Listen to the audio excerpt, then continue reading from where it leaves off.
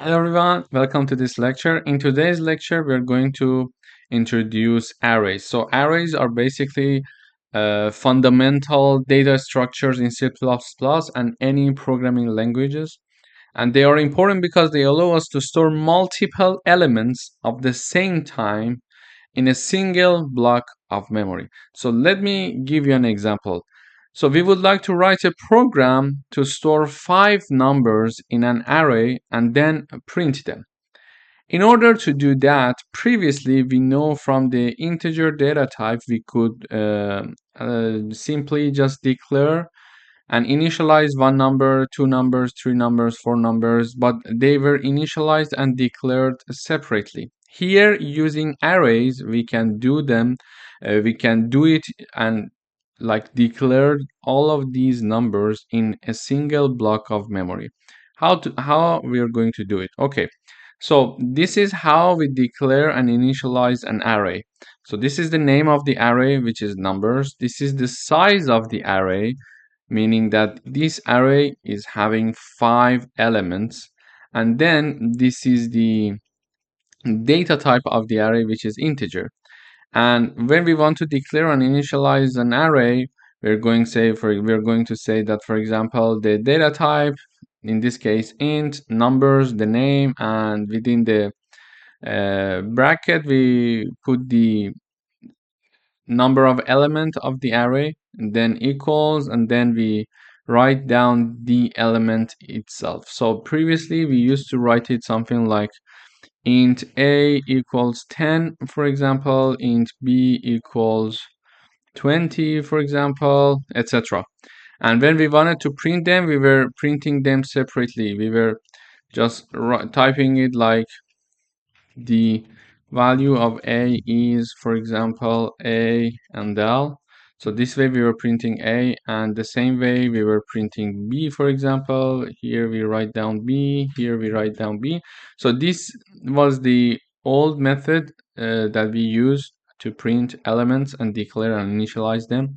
However, using an array, we can just declare and initialize all of them in a single block of memory, just like this line.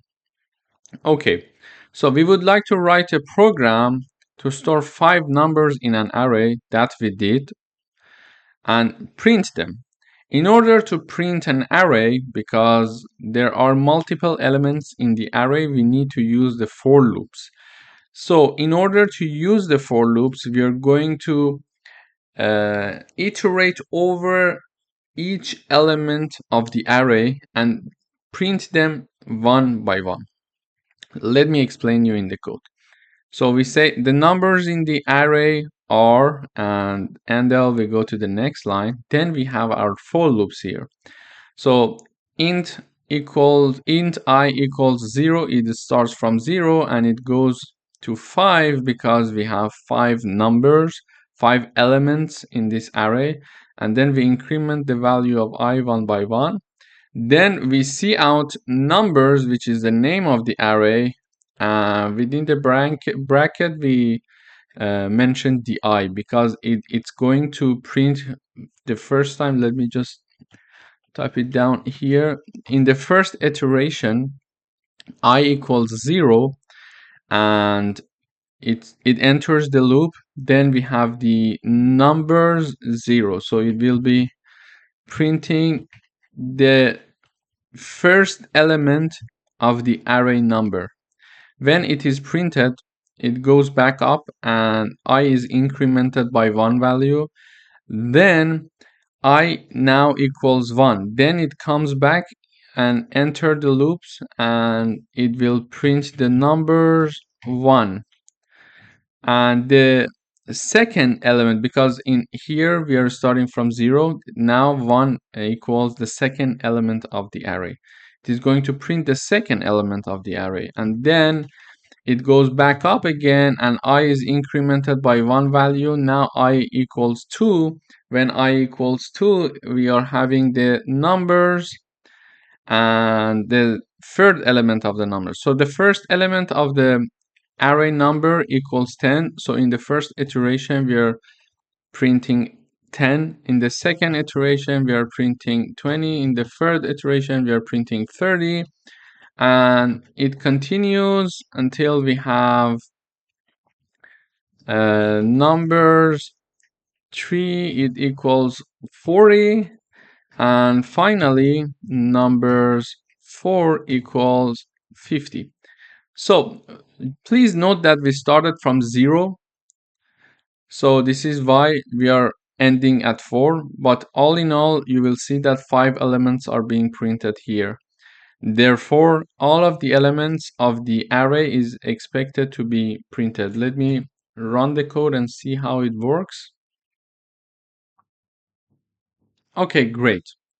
So as we can see here, the numbers in the array are, so this line is printed, then it is printing 10, 20, 30, 40, and why there is a space between them. The reason that there is a space between them is that because when we are printing the element, the ith element of array number, we are having one space here. So this is why we are seeing that 10 and then space 20 space 30 space 40 space 50. So this is why we are having this space.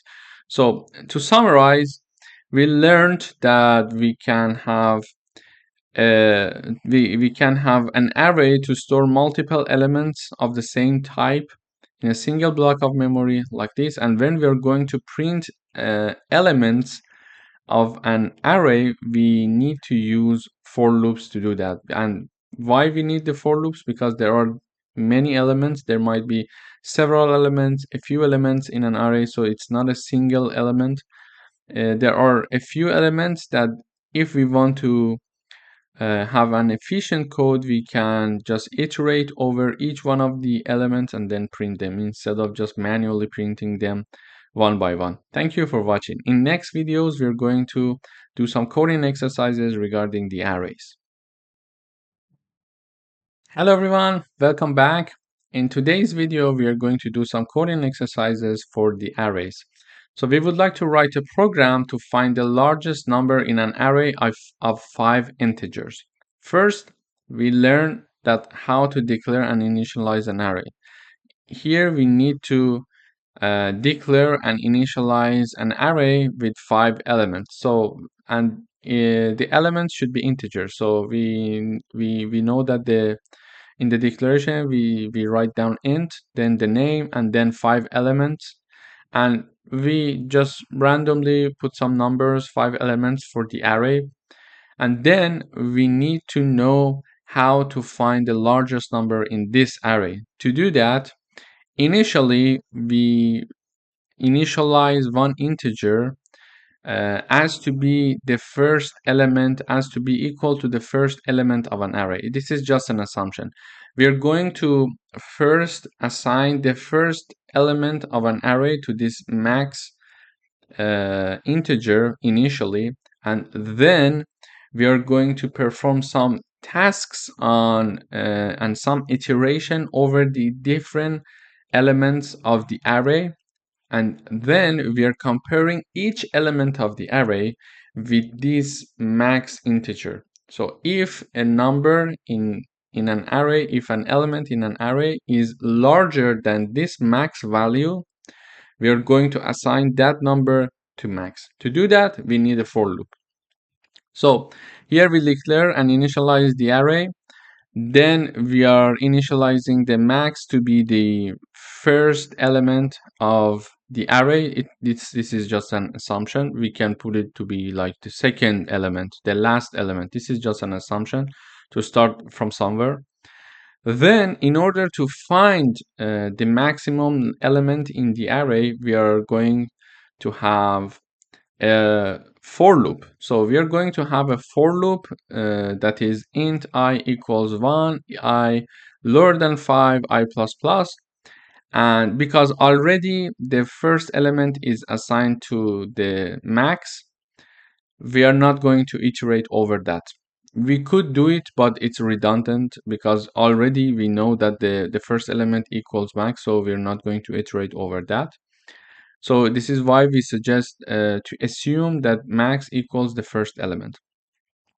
However, you can iterate over all of the elements and assume that max equals any of the elements. It's okay. So we are iterating from the second element till the end, and we are defining an if condition here. We are saying that if the element I of the array number is larger than the value stored in integer max, if this is true, enter this condition and assign that value to our max integer. So for example, let me just explain how it works. So initially max equals 45, and then for the first time when we enter this loop, we have the numbers 1, okay, which equals 12. And in this situation, when I equals 1, we have numbers 1. So numbers 1 means that the second element of the array numbers. And why, when we are writing down 1 here, why we are saying the second element? Because in C++ we start from 0. The first element is it's written like this: 0 element of number means the first element. Therefore, the first element, when we're writing the 1 value here, it means the second element. Okay, so it starts from 0. When it's 1, it means the second element. So it is entering the loop with I equals 1. I equals 1 when it is talking about the 1 element, the second element of the array number, it equals 12. So it is saying that 12 is 12 larger than max? No. So it's not going to enter the loop because max is already 45, so it's not going to enter this if condition. Then I value is incremented by 1 and I equals 2. When I equals 2, let me just write it down in the next line. So max still equals 45. We are discussing the third element of the array number, which is 78. So I equals 2 meaning that it is the third element of the array number, equals 78. So it says that 78 is larger than 45. Yes, it enters the condition and then assigns number 78 or the third element of array numbers to the max. So now max is updated. After implementing this part, max equals 78. Okay, then this condition is finished. We go up and we increase the value of I to be 3. So now max equals 78 numbers. So this is going to give us the fourth element of the array, which is 34. So it is basically in this condition saying that is the fourth element of array number, which equals 34, larger than the integer max, which is 78? No, it's not. Then it's not going to enter this if condition. And then max remains the same.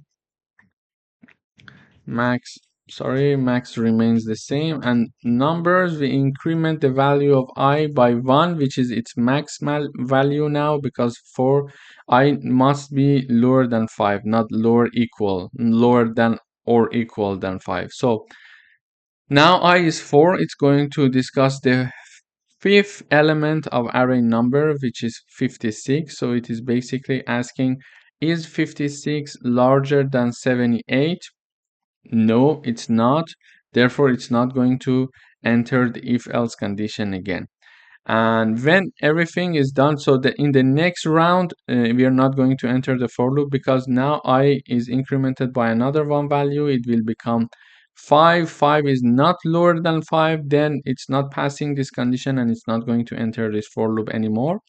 In the end, it is printing the largest number in the array is max, and max equals 78 as we analyze the code. So let's run the code and see how it works.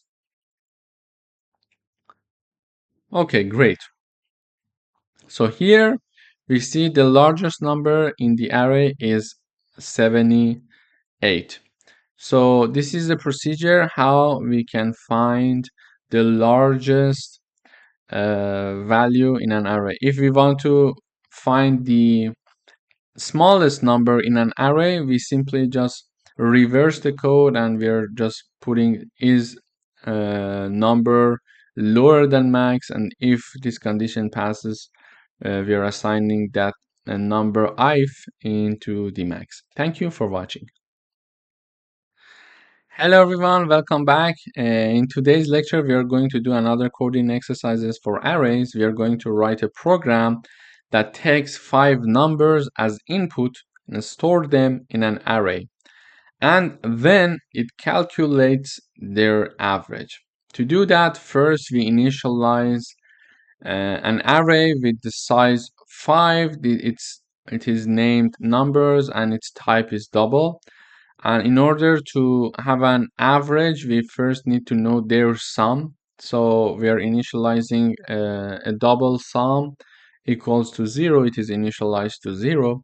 In order to get a lot of data from the user, not just one data, one input, but as large as the elements of our array, we need to use a for loop. In order to do that, we mention, okay, enter 5 numbers, and then we enter the loop I equals 0, and I, as long as I is lower than 5, we are going to iterate in this for loop again and again. And in each iteration, we are mentioning that, okay, now enter the ith element of the array. So for the first time, it's going to mention, okay, numbers 0, numbers 1, numbers 2, numbers 3, and finally numbers 4.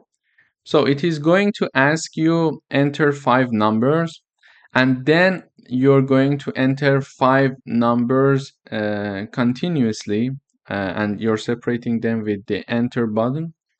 So the first number you are entering, it is going to be stored in the first element of the array number using this line. And the second number you are entering, it is going to be stored in the second element of the array number again here, because I is incremented one by one. So the first time I is 0, I enters, and then you're writing down the number 0 like this. And then I is incremented and it's now 1. Then what you're entering is stored to the second element of the array number. Then I is incremented one more time and it is 2. Now what you're entering is going to store in the third element, in the fourth element, and in the fifth element of the array number. So this is how the procedure would be when we are going to store some elements in the array.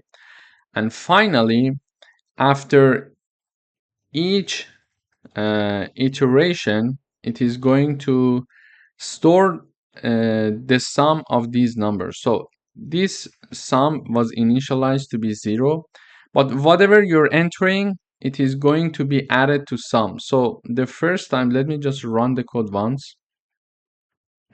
It says enter 5 numbers. I would say 1, 2, 5, 7, 9. Okay, so we are not going to talk about this line yet. Let me just talk about the above line. Okay, now it's good. So it says enter 5 numbers. So I entered 1. 1 is now the element, the first element of the array. Now sum was originally equal to 0. We initialized it. Now 1 is added to sum. Okay, now sum is 1. Then it is asking me So they are going to be done after another, okay, one after another. So this line is going to store, and then this line right after that is going to assign the number to sum. So then I'm entering the second element, which is 2, and it's going to be stored using this line. Like we are saying that, okay, now I equals 1. I equals 1 means that it's going to store the second element, and for the second element I'm entering 2. So for the second element I'm entering 2, and sum was already 1, and now 2 is added to that one, so the sum equals 3 now. Then I increased by another value for the next round that it enters the loop. Now I equals 2, and it is what I'm entering here, like number 5, is going to be assigned to the third element of array numbers, okay, and 5 is going to be added to the already value of the sum, which is 3, because the first time was 1, the second time was 3. So sum initially it is 0, then it is 1, then it is 3, and then let me give you the details. I will write down the next steps, but when I equals 0, we are going to write down the first element of the number, and we mentioned that we have the first element equals 1. So 1 is stored as the first element of the array numbers, and 1, so initially sum equals 0, and 1 is added to sum. So now sum equals 1, okay? Then I is incremented. Now I equals 1. When I equals 1, we are going to enter the second element, which is 2. So we enter 2, the second element of the array is stored, and then 2 is added to this 1, because sum equals sum plus numbers I here. So having this equation is equal to have sum plus equal numbers I, okay? So they are the same equation, this equation and this equation. Okay, so sum was already 1. Sum was already 1, and we added the number 2 here. So sum in the next round, sum equals 3.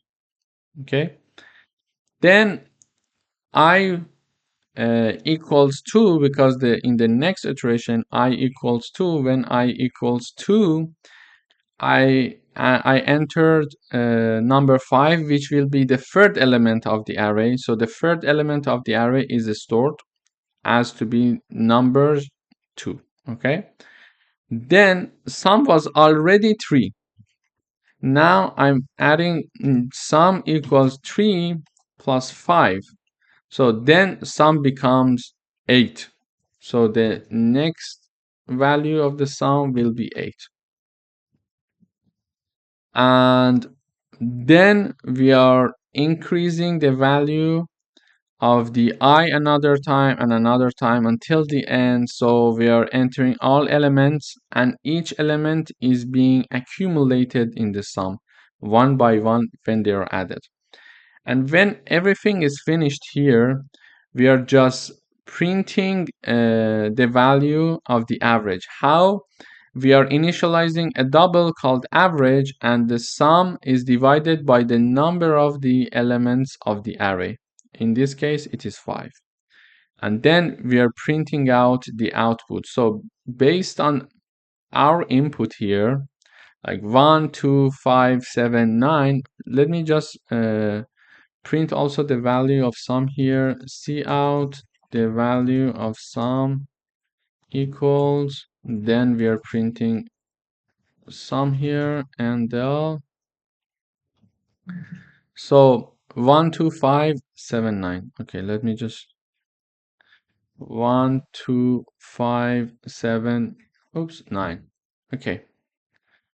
So here we are seeing that the total value of sum is 24 and the average is 4.8. And if you would like to see the increment value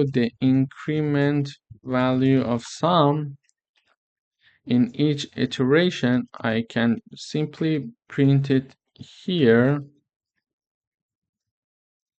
So we can see how sum is incremented. 1, 2, 5, 7, 9. 1, 2, 5, 7, 9. Okay. So now we are printing the incremental value. So initially, sum was 0. Then I added 1. So sum became 1, exactly as we wrote here. Sum became 1. Then we added 2 as the second element. So the sum became 3. Then we added 5. So the sum became 8, exactly like we calculated here. So basically, we are saying sum was 0 first. We added 1 value, it became 1. We added another 2 value, it became 3. We added another 5 value, it became 8. Another 7 value, it became 15. And another 9 value, it became 24. And then this number is divided by 5, the total number of elements in the array, and the average is calculated this way.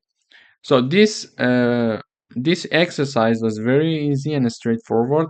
However, in order for you to get used to how arrays work and how we can read the elements of an array as the input values, and then how to work with them, how to print them, how to calculate the sum and average, it would be nice for you to do some coding exercises and start implementing these coding exercises that I have solved so far, so you can first master the basics of an array before we move to further exercises. Thank you for watching.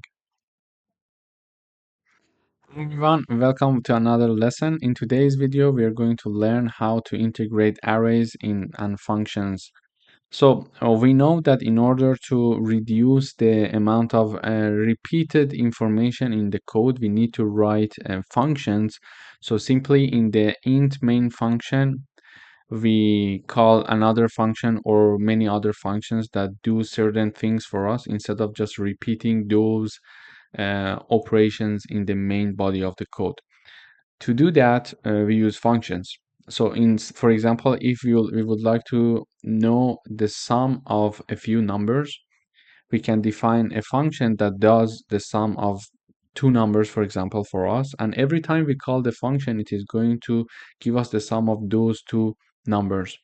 So this would help us to write down the operations to do the summation only once.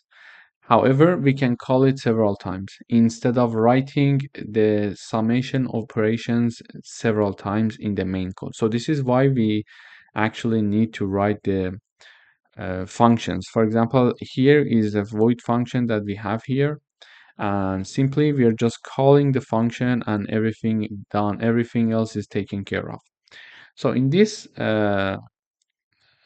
section, we are going to pass an array as an argument to a function, and the function is going to do some operations with this. So what is the operation? We are asked to write a program that prints all the elements of an array using a function. So the statement itself says that, okay, print all the elements using a function. So don't do it in the int main function, but define a separate function. In order for you to review the basics of functions, there are three things that we need to take care of when we are looking at a function. So the first one is the name. Behind the name, it's the type of the function. So it's a void function. It can be int function, float function, double function. But when it's a void function, it is not going to return anything.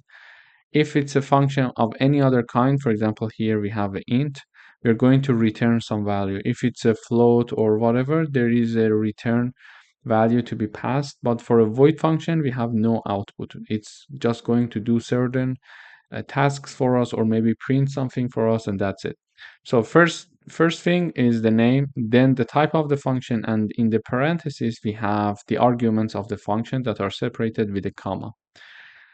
So we would like to write a function that takes one array and it's going to print the array. To do that, we declare and initialize the array like this. We learned it before. So we are saying that the name of the array is numbers and the type of the array is int. However, the size of the array is not indicated, but it's okay. I could tell 5, it's okay. But even if I don't tell it that the size of the array is 5, it can determine it itself because there are 5 elements in this array. So it's up to you. You can write it down, or it's okay if you want to escape it.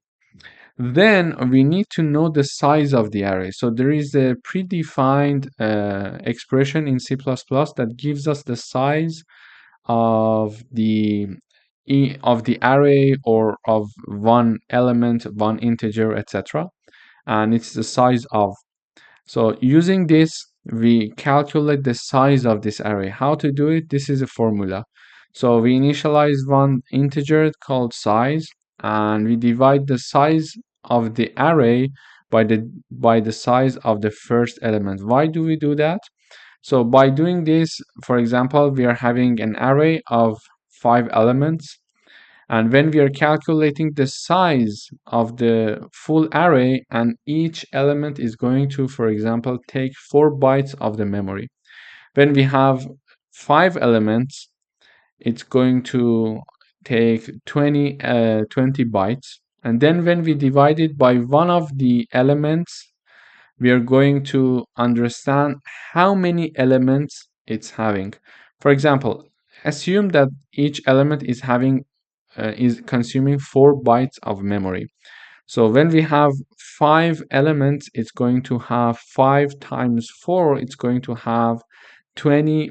It is going to consume 20 bytes of memory. So on top we have the number 20, and it is divided by the size of element 1, which is 4. Then 20 divided by 4, the result would be 5, which is the number of elements in the array. So this is how we are calculating the number of elements in one array. The total size, the total bytes that are using the memory, divided by the first one, or any of them, like the second one, the third one, because they are going to take the same amount of memory, each of the elements. So this way we are calculating the number of elements, okay? And we assign it to size. Then we are calling a function, and we are passing 2 arguments. Why 2 arguments? Because this function is defined and initialized with 2 arguments. The first element is the array. The first argument is the array, and the second argument is the size of the array. So here we are passing as the first argument, we are passing the array itself and then its size. Okay, we are calling the function. We go up here and we enter the function. It is getting the array and its size. So it is counting, printing array elements are. Then in order to print all the elements of an array, we need to iterate over all the elements. To do that, it's easy to use for loops. So we are going to use a for loop, but why do we need the size? Because we would like to automate things. Because of that, we can mention, okay, it's going to start from 0 as the first element of the array, and it is going to go up to the size of the array. Okay, so this is why we need the size. And then we are going to increase the value of I one by one.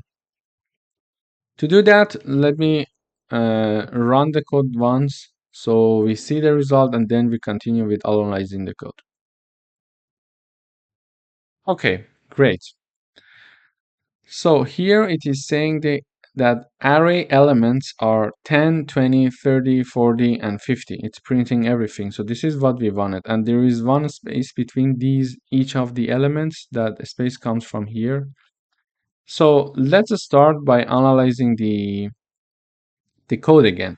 So the first time that we entered the array, we entered the for loops, sorry, I equals 0. When I equals 0, it is going to print the first element of the array using this line, ARR, ith element of the array. In this case, because I equals 0 and C++ starts from 0 basically, and we are here starting from 0, therefore it is going to print the first element of the array. And the first element of the array is 10. Okay? Then it's going to go up again. We increase the value of I by 1. So I is now equal to 1. And then we are going to print the second element of the array, which is 20. And then again, it goes up again and increase the value of I by 1 value.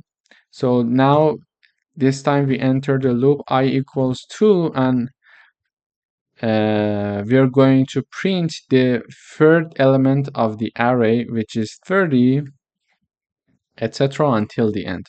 So this is exactly what we got as the output here. So basically, instead of doing all of these tasks in the main function, we are just simply calling a function that does this for us. So our int main function remains very clean. So this is the first thing. And the second thing I would like to highlight is the size. So we learned how to calculate the size of an array. So now we know if we have an array of 10 elements, we know how to calculate the number of elements in that array. This is one thing. And the second thing is that we passed the size instead of, calculating, this array is having 5 elements. So instead of writing size, I'm going to write 5. Instead of doing this, we automated things. So the size is simply replaced here. Why? Because every time that you're dealing with an array and you're calling the function, you don't have to change this number anymore. So because you may have another array with the size of 3, 10, 15, etc. So you're automating things, whatever the size is, the function is going to work instead of just manually changing the size here. Thank you for watching. In the next video, we are going to do another coding exercise using functions and arrays. Hello everyone, welcome back. In today's video, we are going to code another exercise, and in today's lesson, we would like to write a function that count the number of even and odd numbers in an array. So we need to write a function that in the end iterates over all the elements of a function and tell us how many odd numbers and how many even numbers are included in that array. To do that, we need a function to make the code very clean. So we start with the int main function. We initialize one array. By now we know how to declare and initialize an array. Then we calculate the size. In order to calculate the size of an array, we calculate the size of the array divided by the size of the first element. So this way we know how many elements are included in this array. And then in order to count the number of even and odd numbers, we just declare two new integers like even count and odd count. So then we call our function and we are passing 4 arguments. The first one is the array, the second one is the size of the array, and the third and the fourth ones are the integers that we declared here, that they are going to do the counting for us, to count the number of even numbers and odd numbers in this array. So let's go up here. When we call the function, we are coming up here. The name of the function is here. It's a void type. In the parentheses, we see the arguments. We see 4 arguments here separated by comma. So the first one is the array of type int. The second one is the size of the array by type int. The third one and fourth one also they are type int. However, they are passed by reference. So let me review the concept of passed by value and passed by reference one time here. So you see these two values are passed by value because there is no and sign behind them, before them. It's a passed by value. So basically in passed by value, we are making a copy of the original numbers or arrays, and we send the copy of them to the function and let the function to work with the copy. So any modification that is made to the array or the size integer is going to be locally implemented here, and it's not going to have any impact in the array and the size in the main function, because this function is working with a copy of the original value because it's a call by value. Okay. However, when we are doing the call by reference and the sign is having this and behind the before the name of the integers, we are calling by reference, and calling by reference means that we are giving the address where these two values are stored in the memory, and it is going and directly working with the original values. Therefore, it is making modifications to these values. So any changes that are done here is going to impact on these two. So this is the basic concept of call by reference and call by value, and why we are passing these two why we are passing these two arguments using call by reference, because this function is actually going to count the number of even and odd numbers for us. Therefore, it's important to know the output value in this main function as well. This is why we need a call by reference. But for the first two values, we don't need any output from this function for these two arguments. Therefore, we are just calling by value. Okay, now that we know the difference between call by reference and call by value, we are initializing these two past numbers to 0 because they were only declared and they were not initialized. We are initializing them here.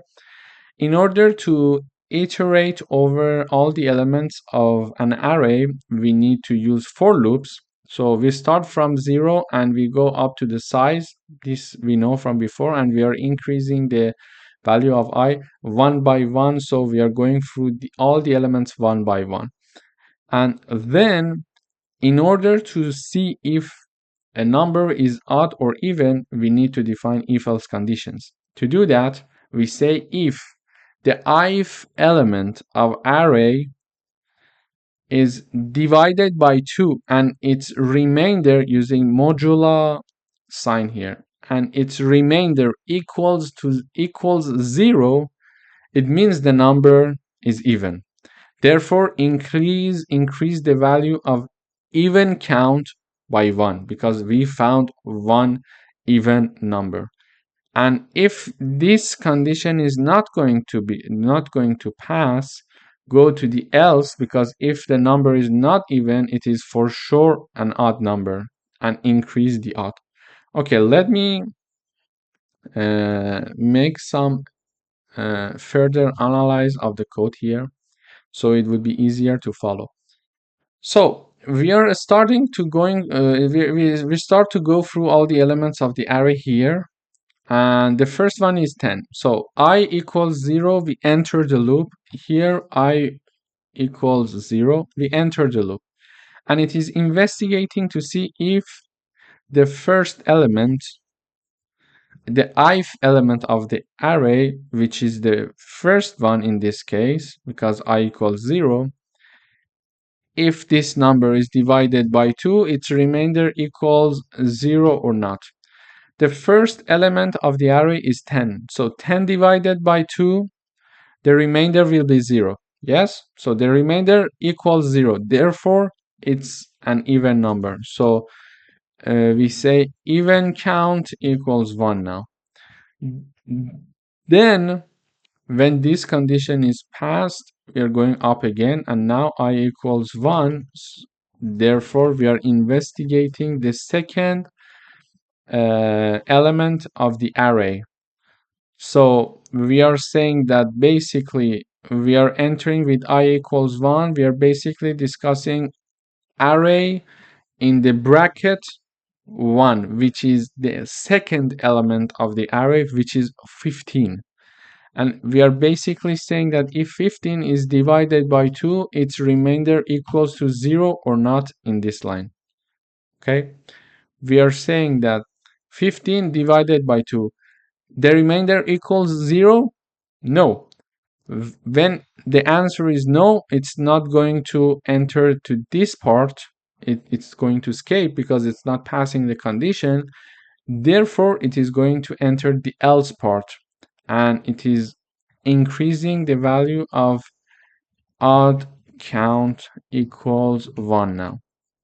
And now that it's done, we go up again, we increase the value of I one more time, because it is going to iterate until I is lower than the size of the array. And the size of the array is 1, 2, 3, 4, 5, 6, 7. So I is going to take from 0 to 6. So I equals 2, and then we are discussing the third element of the array. So the third element is 20.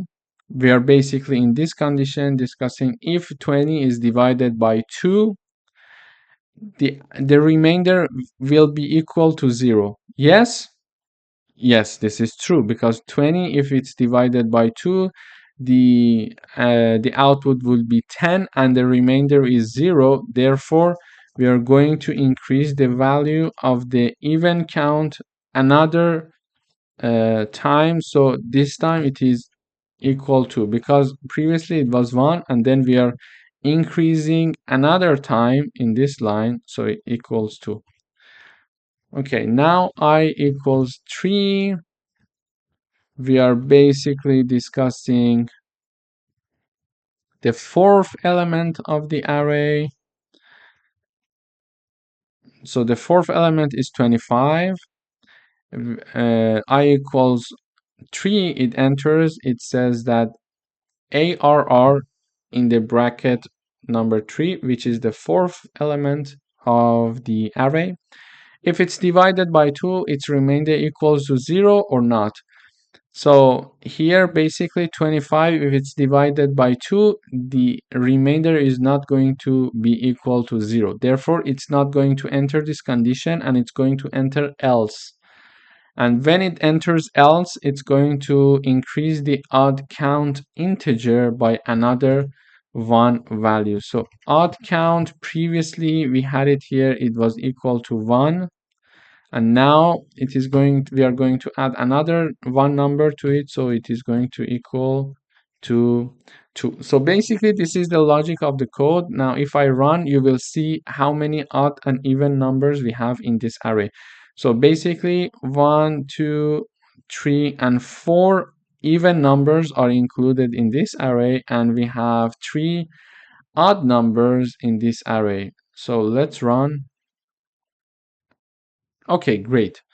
We see exactly like the number of even numbers and number of odd numbers. Okay, so here we do all of the calculation, that we call the function here, and we do all of the calculation here. After everything is finished, we are coming back to the main function, of course, and we are going to print number of even numbers, or we are printing the even count, and number of odd numbers, we are going to print odd count. Okay, And we see that the number of even numbers is 4 equals to 4 and odd numbers equals to 3. This is what we expected actually.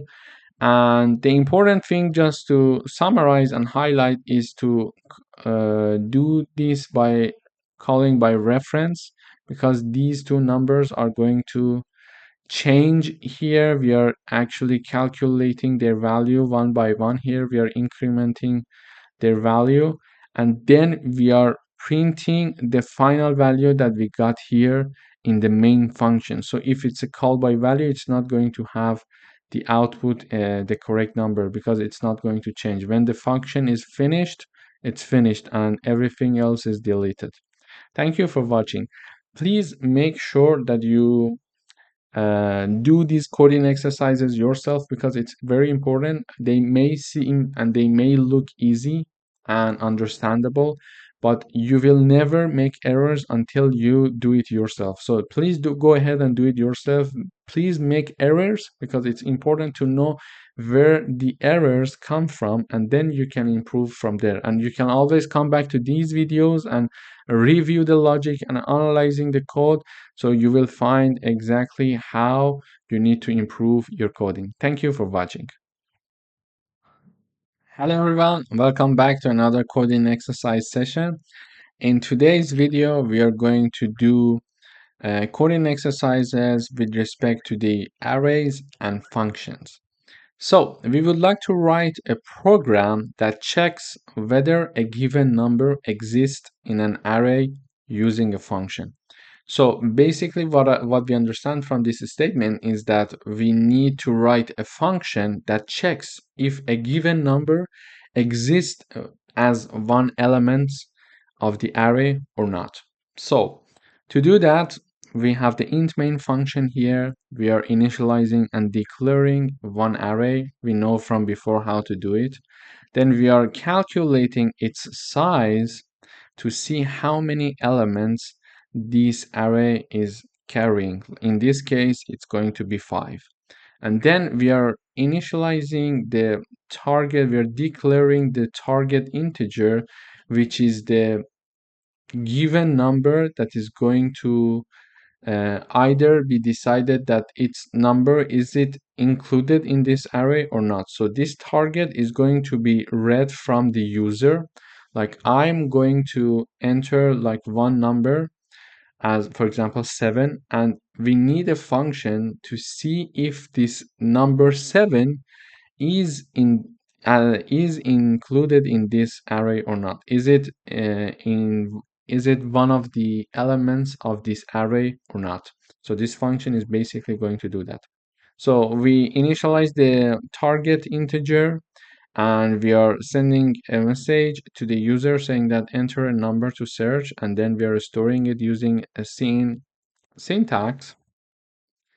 And basically we are checking here if search element, the search element is the function that we define to do the checking for us, and we are passing three values, three arguments. First the array, second the size, and third the target number. So we are simply here, we are saying that if something is true here, just print that we found that number, that target number in the array. Otherwise, print that it's not in the array. From this if condition, we understand that this function is having is of a Boolean type. Why? Because we are saying that if this statement is returning true, go ahead and print the target number and mention that it is found in the array. Otherwise, say that this target number is not included in the array. So let's go and see how we are doing this calculation using search element function. When we call the function here, we go up with three arguments: array, its size, and the input target number by the user. We go up here And we see that the type of the function, as we discussed, it's a Boolean. So it's going to return something for us. It's going to return either true or false. Basically, we can guess. So if the target integer is one of the elements of the array, it's going to return true. If the element is found in the array, it is going to return true, and otherwise it's going to return false. So when it is going to return true, it's going to print that the target number is found in the array, and when it's going to return false, it's going to mention that target number is not in the array.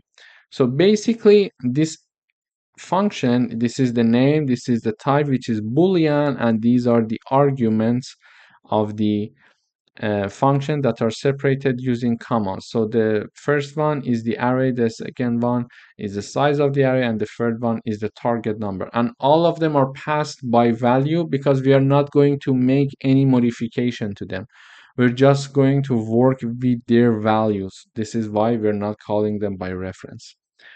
So in order to see if one one integer is actually equal to one of the elements of the array, we need to iterate over all the elements of the array to see if one of them matches this target number. To do that, we use a for loop to iterate over all the elements of the array. So we start from 0 and we go up to the size of the array, which is 5 in this case.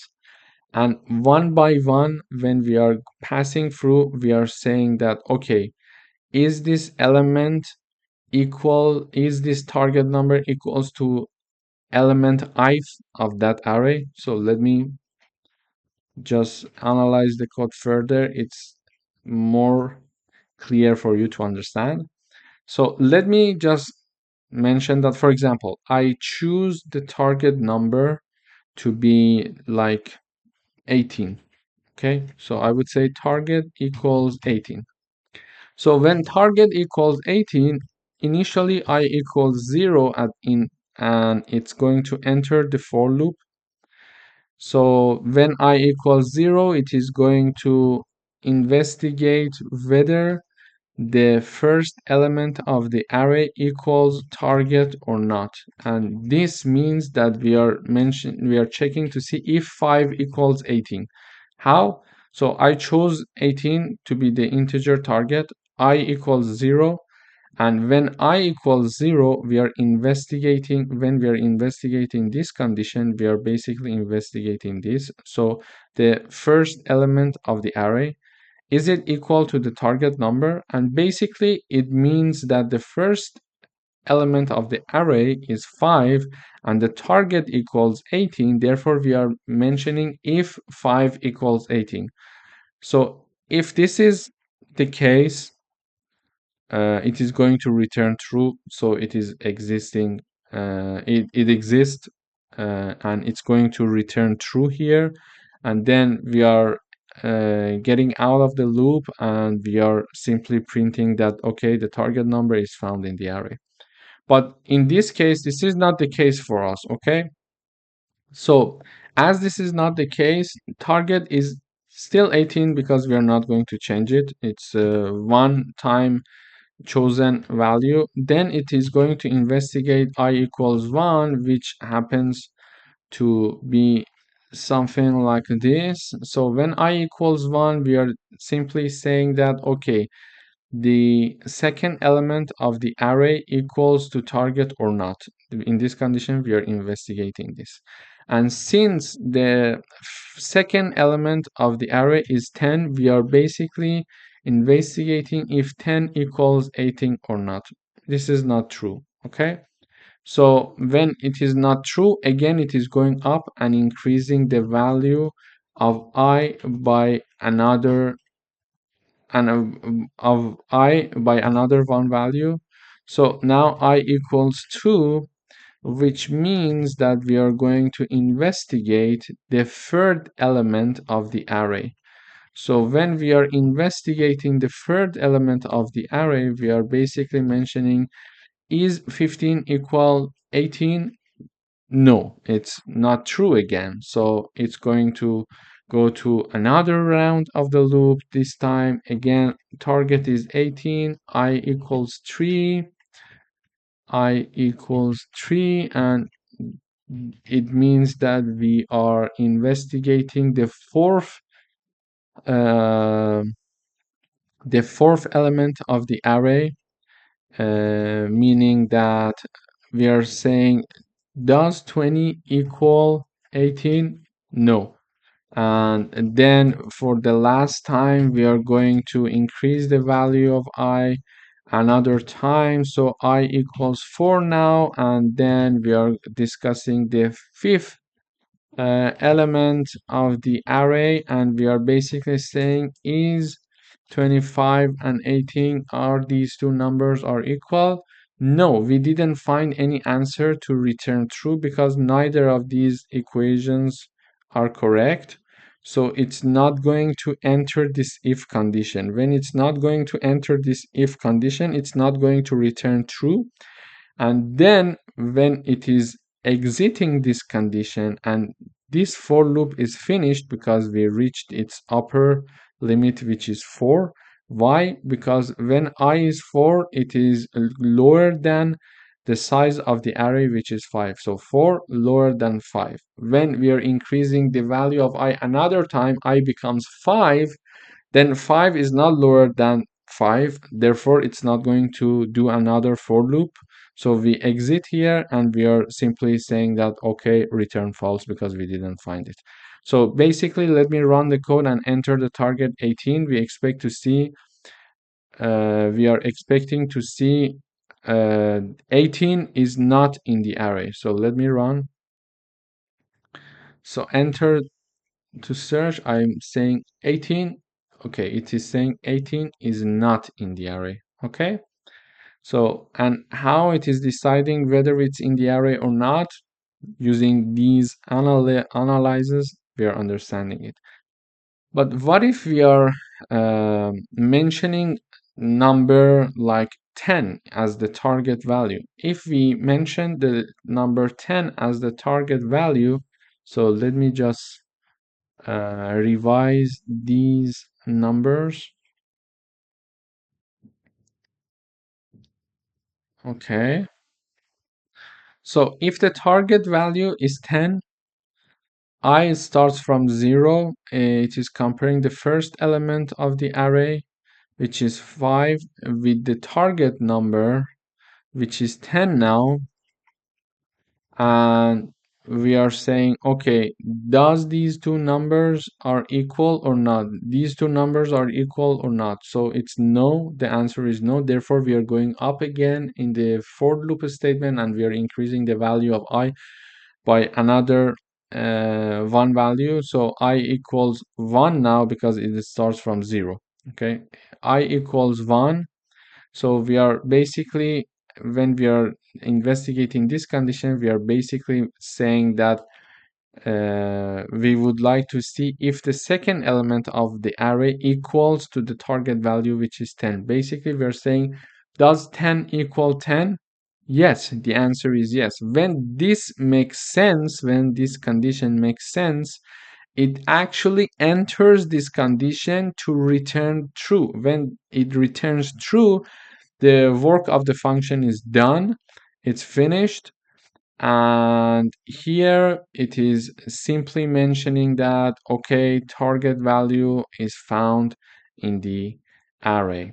So because when it returns true, this if statement becomes true, and then it enters this part, and when it enters this part, it's going to print it. So let me just choose the input target value to be 10.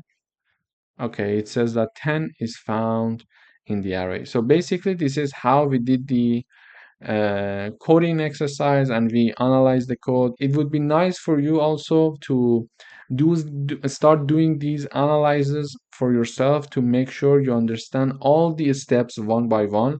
This helps you to remember how the program works, and it will be beneficial for you in the future. When you are writing your code, you can imagine, okay, if I write it this way, it's going to work this way. So this is what we want, or this is not what we want. So I'm going to change or modify the path, etc. So please go ahead and do this exercise yourself, because as we progress, there are many coding exercises that we are going to do. So try to start the coding exercises and do the coding exercises yourself as you proceed throughout this journey. Thank you for watching. Hello everyone, welcome to another video. In today's lesson, we are going to declare and initialize one array, and we are going to do some simple manipulation that are important using an array. So basically, we know how to declare and initialize an array. So the name of the array is x of size 5 and it is of type integer. And there are 5 elements in this array: 1, 5, 8, 12, and 15. In order to print the array, let me just comment the rest of the code. So in order to print the array, we do it using a for loop. We start from 0, we go up to the size of the array, and then we are printing the ith element of x. So first time I is 0, then 1, 2, 3, 4, and all the elements of the array is printed. Okay, great. So this we know from before. I equals 0. When I equals 0, it's like this: x 0, then I equals 1, x 1. So when x is 0, it's going to print the first element of the array like this. Then when I equals 1, it's going to print the second element of the array x, which is 5, etc. So we know how to do this. This is just to show you how we print the elements of the array. But if we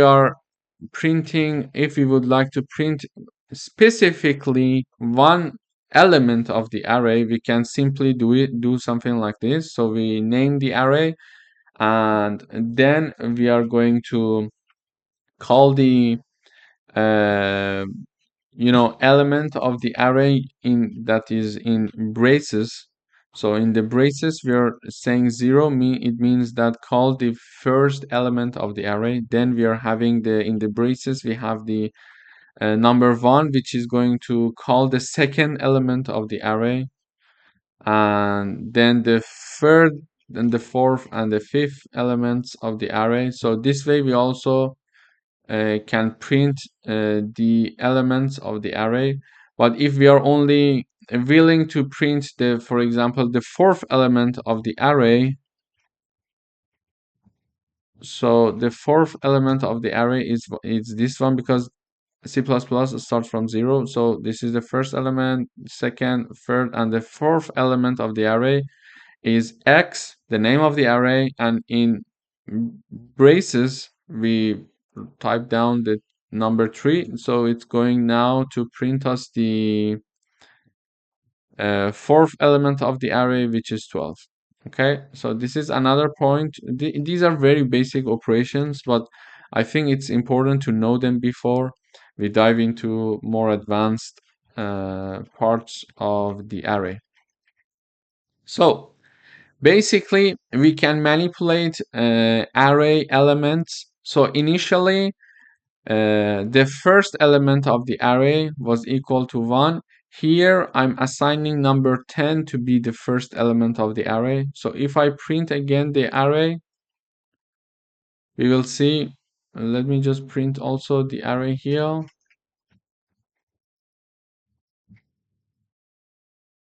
Okay. So,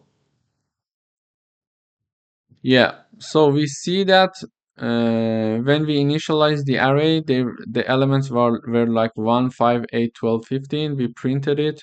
It is here. It is printed here. Then using a line, we are trying to separate them from here. And then we assigned 10 to be the first element of the array and using this line. And as you see, instead of having 1, we are having 10 here. But the other elements remain the same. So we could assign it to the second element, for example. Okay? So when we are assigning it to the second element, the first element is the same. The second element, instead of being 5, it's 10 now. We could also manipulate more elements like x equals like 68, for example. Okay, the fourth element. So in this case, we are changing two elements. The first element is the same in both arrays. The second element was 5 initially here, was 5, and now it's 10 because we assigned 10 to the first element. The third elements are the same. The fourth element, initially it was 12. Now then we set it to be 68, and the last elements are the same. So this way we can also manipulate the elements of an array manually. And the next interesting thing that we can do is the following. So we can initialize one integer called index to be 0. Instead of writing x within braces 0 equals 26, instead of writing this like above, we mentioned the example, we can write it like this. It's nicer to write it like this. So we, instead of within the braces, instead of writing the actual number 0, we can define an integer that is 0, and then we put the index integer in the braces. So this way we are also able to manipulate the array. So let's see. As you see, the first element was initially 1 and now it's 26 because 26 is assigned to the index element of the array x, and index equals 0. Therefore, the first element of array x equals 26 now, and we are printing the value of index in the end to know the value of the x. So let's do some further modifications here also. So here I am writing down that index the index was 0, right? And we printed it, it's 0. Here index is 0. So if I again type x index equal 91, it's going to, because x was 0, index was 0, it's going to put 95 to be the first element of x. However, using this line, we are first increasing the value of index by 1. So index was 0, now it becomes 1. And then 91 is assigned to the second element of the array x. Let's run and see. Okay. So the first array, the second array is this one. So the first element of the array is set to 26, and the remaining elements are the same. We know it from here. However, when we are increasing the value of index first using plus plus, and then we write down the index in the braces, it is going to first increase index from 0, which was here to 1, and then 91 is assigned to the second element of x. It is something like this now, equals 91. Okay, because now index becomes 1. So this line is exactly like this line, because index was 0. We increase 0 by 1 value, so it becomes 1. In the braces it becomes 1, and when it becomes 1, it means the second element of the array x. So when we are talking about the second element of the array x, 91 is assigned to it. So either writing this line or this line, they are going to do the same thing. And here, when we print again the index, we see that the index equals 1 because we increased its value. However, if the plus plus is after the index, this is interesting. So if plus plus is after the index, so we see the second array was 26, was set for the first element. So we know from before, and index is 0. But when the plus plus is after index, it means that 91 is assigned to the index element of the array x. And in this case, index equals 0. So when it simply means x0 equals 91. So this line equals this line. However, when 91 is assigned to the first element of the array x, afterwards, the index value is increased by 1. You see?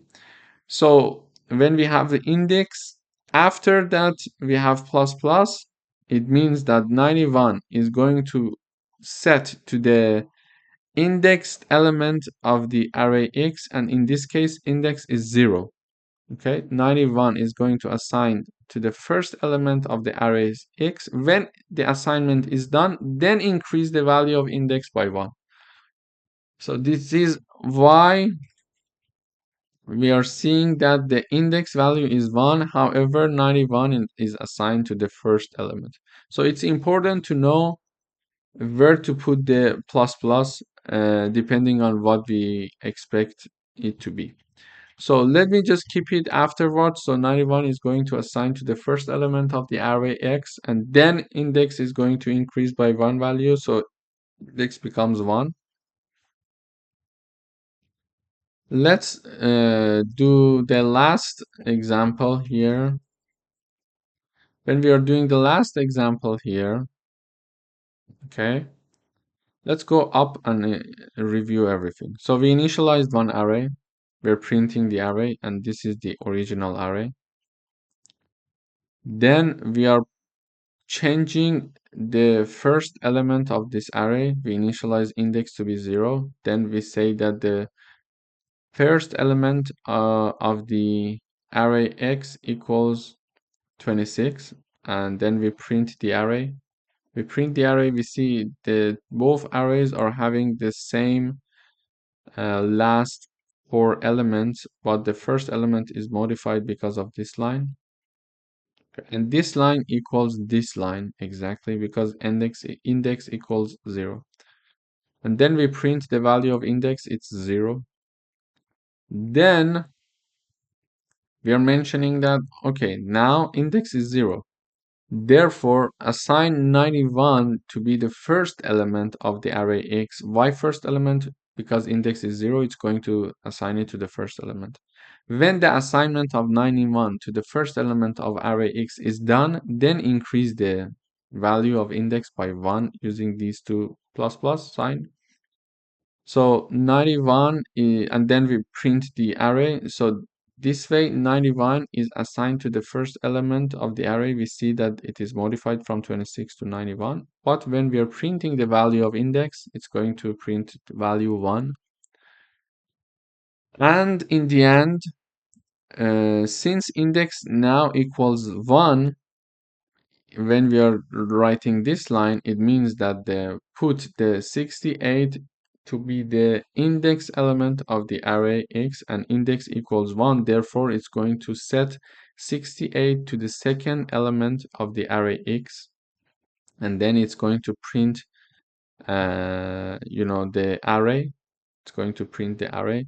So we see that the 91 stays the same, but 68 is here as the second element of the array, and index equals 1. So this was a very good coding session, I think, because there are simple things, simple manipulation that we are going to do in later lectures. However, this lecture is a basic for manipulating the different elements of an array and working with plus plus index or index plus plus. So these are important to know a priori to solving further advanced example. Thank you for watching. Hello everyone, welcome back. In today's video, we're going to discuss the static variables and arrays. So basically, when we define a function and when we call the function is going to execute certain blocks of code. And when the function is finished, whatever that has been done in the function is going to be removed from the memory. That we know from before.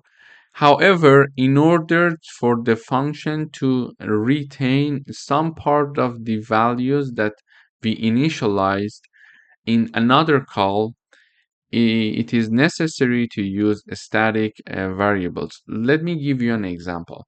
So we would like to write a program that uses a static array to count how many times a function is called. So let's just eliminate the static part for the moment. We solve the problem using a normal situation, then we integrate the static variables. So we have one int main function here, and we have another function. It is called count calls, and it's a void type, and it passes no argument. This is why in the parentheses it's empty. So the first time we are calling this function starts to be executed. So we here initialize an array named call count, and it is of the integer type, and the value here shows that it only has one element and its element is 0. So it only has one element and that one element is 0. Okay. Then in order to manipulate different elements of an array, we can use the following code line, this one. So basically we are calling the array, and then we are calling the element of the array. When we are saying the 0, it means the first element, because C++ starts from 0. So if this array had two variables, two elements, for example, and we were writing 1 instead of 0 here, we were accessing the second element or the last element of the array. So here we can access the first element of array call count using this line. Okay, so now we learned how to access different elements of an array. So in order to access the first element of array call count, we are using this code, and by using plus plus, we are incrementing the first element of array call count. So previously it is defined to be 0. Now we are incrementing the first element of the call count array, therefore it should be 1 now. So we are adding one value to 0. So the first element now is 0. Then it is saying that function called, and it is going to print the first element of the array. Previously, we know when we wanted to print different elements of an array, like all the elements of an array, we used to use a for loop. So we were iterating over all the elements of an array. However, if we would like to access and print maybe or manipulate specific element of an array, simply we can use this. So because now we are writing C out, it's going to print the first element of the array called count. Here we are manipulating the first element of the array called count by increasing it by one value. We could decrease it also. So there are different things that we can do. So then the function, then it is going to print the first element of the call count array. After this manipulation, we expect the printed number here would be 1 rather than 0. Why? Because we increased its value by 1 here. Then this function is finished. This function is executed and we come back here. So this line is also executed. We go to the next line. When we go to the next line, again, the function is initialized. The array is initialized to be the type of int. It is going to have one element and its element is 0. Then we are going to increase this first element of the array called count. So we are incrementing it by one value, and when we are printing it, it is going to show us again 1 and another round. So we are going to call the function again. We are doing the same thing. So we are going to print 3 numbers. 1, 1, 1. Let me just call the function and then start the program. Okay.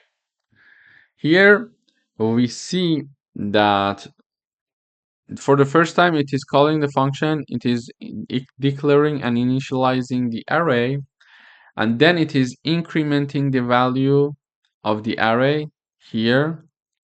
And then it is printing. So it is printing one function called one time. When we are calling the function again, it comes back here. It declares and initialize the array again. It is incrementing its first element and it is printing it. Okay. However, when it is finished, it is removing everything from the memory. This is why the next time we are just having the function called one time and then the third time. Let me print the also cout. I think it's nice to have this line, so it would be easier to see the increment impact. We are saying that function called before manipulation call count 0 and del. Okay, let me run. Okay, so every time that we call the function, it is initializing and declaring one array. Then we are printing its first element. So function called before manipulation, the element of the array, the first element of the array called count is printed, which is 0. Then we are increasing it. We are incrementing its value by 1. So the output then will be 1. When we are printing it again, it is 1. So we see that an increase of 1 time is done. When we finish execution of this function and we come back here, we go to next line, we are going to call the function again. Everything is going to start from 0 again. So every time that we call the function, everything starts from 0. We are reinitializing again the array, we are declaring it, we are printing its first element, then we are increasing the first element. However, if we use a static keyword here before the type of the array, when we run, you see, the first time we run, it is going to declare and initialize the array. So far, it's the same thing, but we see the output here. So we added only one keyword static here. When we are printing the function called before manipulation, it is printing 0, which makes sense because the first element is 0 here, so it is going to print 0. Then it is incrementing the first element of the call count array by 1, And then we are printing the first element of the call count array here. So we are saying function called one time. Then we come back here and we call the function again. When we are calling the function again, here we are printing that function called before manipulation for the second round is 1. You see the difference? So it could retrieve what the first element of the array was in the previous call. So it is not printing 0 again, it is printing 1, which was the value of the first element of the call count function after the manipulation using this line in the first call in this line. But here we are calling it for the second time. It is still remembering that we one time has done one modification on the first element, and the first element is 1 because we did one manipulation. So when we add the keyword static, the memory usage is different. So it remembers that we had already declared and initialized this array once, we manipulated once and incremented its first value from 0 to 1. Now it is printing its first value using this line which equals to 1. Then we are going to increment the first element of the call count array in the second call. Then we are going to print it. So when we are printing it, it says function called call count. So print the first element of the call count array. It is going to print 2. Why? Because it remembers that when we started it was 1, then we increased it by 1 and it is now 2. This code is executed. We go to the third line, and when we go to the third line here, we will see that it is again remembering what has been done in the first call and the second call of the function. Now it's the third call, and it is going to print function called before manipulation. It is printing the number 2, and then we are modifying it again. We are increasing its value by 1, and we are printing it again, and it says function called 3 times. So there are two things to remember from the calling the function and using static variables. So the first thing is that when we have the static variables included, the program remembers what has been done before, and it uses the same memory. This is why it is remembering it. When it is initializing an array of a static type, it is going to initialize it, and it's going to be there forever as long as we are using this function, and it's not going to declare and then delete the memory in the end. So when we are using the static, it is going to remember. When we are not using static, it is going to initialize it, and when the function ends, it's going to remove it from the memory. So when the first call is ending here, it is going to remove everything. This is why in the second call it's not remembering anything. This is the first thing to consider. And the second thing is that it is very useful to, for example, initialize an array using a static variable to have a counter, like mentioning, okay, I would like to declare a function. In that function, there is an array that is of a static int, and we know whenever we enter the function, we are going to manipulate one data, for example, here. And in the end of the program, when you have like 200 lines, you may need to call this function again and again. Using static variables will help you to understand how many times this function is called. So it could also help you to have a counter there, because it's going to remember previous calls. And finally, The same thing could be done using call by reference. So instead of using static int array, we could simply define some arguments here and pass these arguments using call by reference. Therefore, the function was going to originally use the arguments that are passed in the same place of the memory. It was going to access the same place of the memory and then do the modification directly using those arguments. However, in terms of memory usage, there are some differences between using a static array or like calling a function by reference. These topics are also very important in memory management that we are going to explain in this course, but in another section. So just keep that in mind. This can be done also by using a call by reference, for example. It's a bit different. How we do it?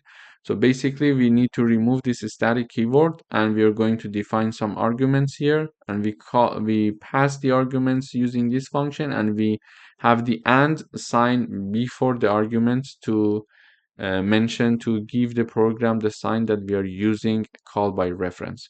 So this could be done by both ways, using static variables or call by reference, but in terms of memory usage, there are some differences between these two. However, those differences are going to be discussed in another section in the same course, in this course, but in another section about memory management. Just keep that in mind. We are going to dive into the details later on in this course. Thank you for watching.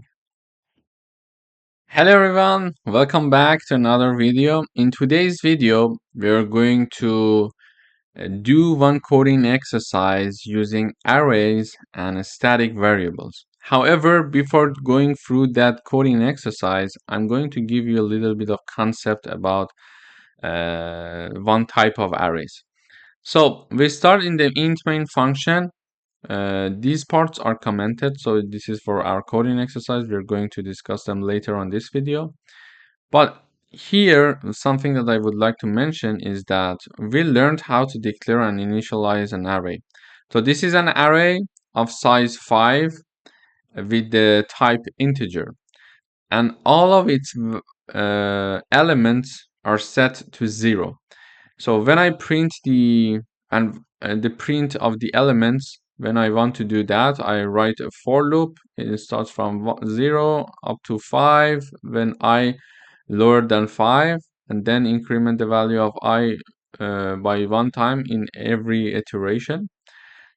And then we are printing the ith element of array in each round. So it's going to first, when I equals 0, it's going to print the first element of the array. Then it's going to print the second, the third, the fourth, and the fifth. So let me just run this code. Okay. So it is very straightforward. So far, we know already how to do this. We're printing all the elements of this array. And this array is of size 5 with 5 identical elements. So instead of writing the 0 everywhere here, we can simply write it once and saying that it's size 5 and we only write one element of it because the rest are identical. And let me run it again. Okay, we see that we are having the same results. So when we are writing and declaring and initializing an array with the same elements, when you write down the size and only one of the elements, it's going to perceive exactly like this. So this array, when it is declared and initialized, is the same as this array. Okay, but in order to have shorter codes, we are going to use this version of declaring it. So this is a point that I wanted to mention before we dive into the coding exercise. But something to mention is that only this is true when the elements are 0. Okay, when the elements are 0, you can simply use this way of declaring and initializing. So if the elements R1, it's not going to work. Let me run. Okay. So as you see here, it's not going to consider 0 for all the elements, but 1 for the first element and 0 for the remaining 4 elements. So by default, C++ compiler is considering 0 for the not declared elements, and for the other numbers you need to give it to it. So if I mention 3 also here, it's going to consider the first element to be 1, the second element to be 3, and the rest that are not declared here to be 0. So something to just keep that in mind. So if you're putting 0 here, it means that all the elements are 0, because you said that it's an array of size 5. You put 0, so it knows that all the elements are 0. However, if you put 1, 2, etc., it's going to consider 1 as the first element, 2 as the second element, and if you're only adding 2 of the elements, the remaining elements are considered to be 0 by default. So this is something to keep in mind while working with arrays. Okay, let's dive into the coding exercise. So we would like to write a program that maintains a static array to store scores of a game and updates them in each function call. So we have one main function here. For example, let me just explain the first 2 calls and then the rest. And simply we are calling a function called update scores, which is of void type, and it is getting one argument, and here we are just giving the argument as the scores, let's say, to the function. We are passing this argument to the function, and the function basically is initializing one array of type int and static with the size of 5, and all the elements are 0. And also, in order to keep track of position to update, we are initializing one integer of type static to 0. So basically the index is 0 and the size of the array is 5. So as long as we are entering and calling this function, so if the index is lower than 5, which is the size of the array, assign the value x, which was passed to the function as an argument, to that index of the array scores. What does it mean? So when I call the function for the first time using the argument 10, I call using argument 10. Okay, here I'm calling the function using argument 10. Here x equals 10 and index equals 0. Okay,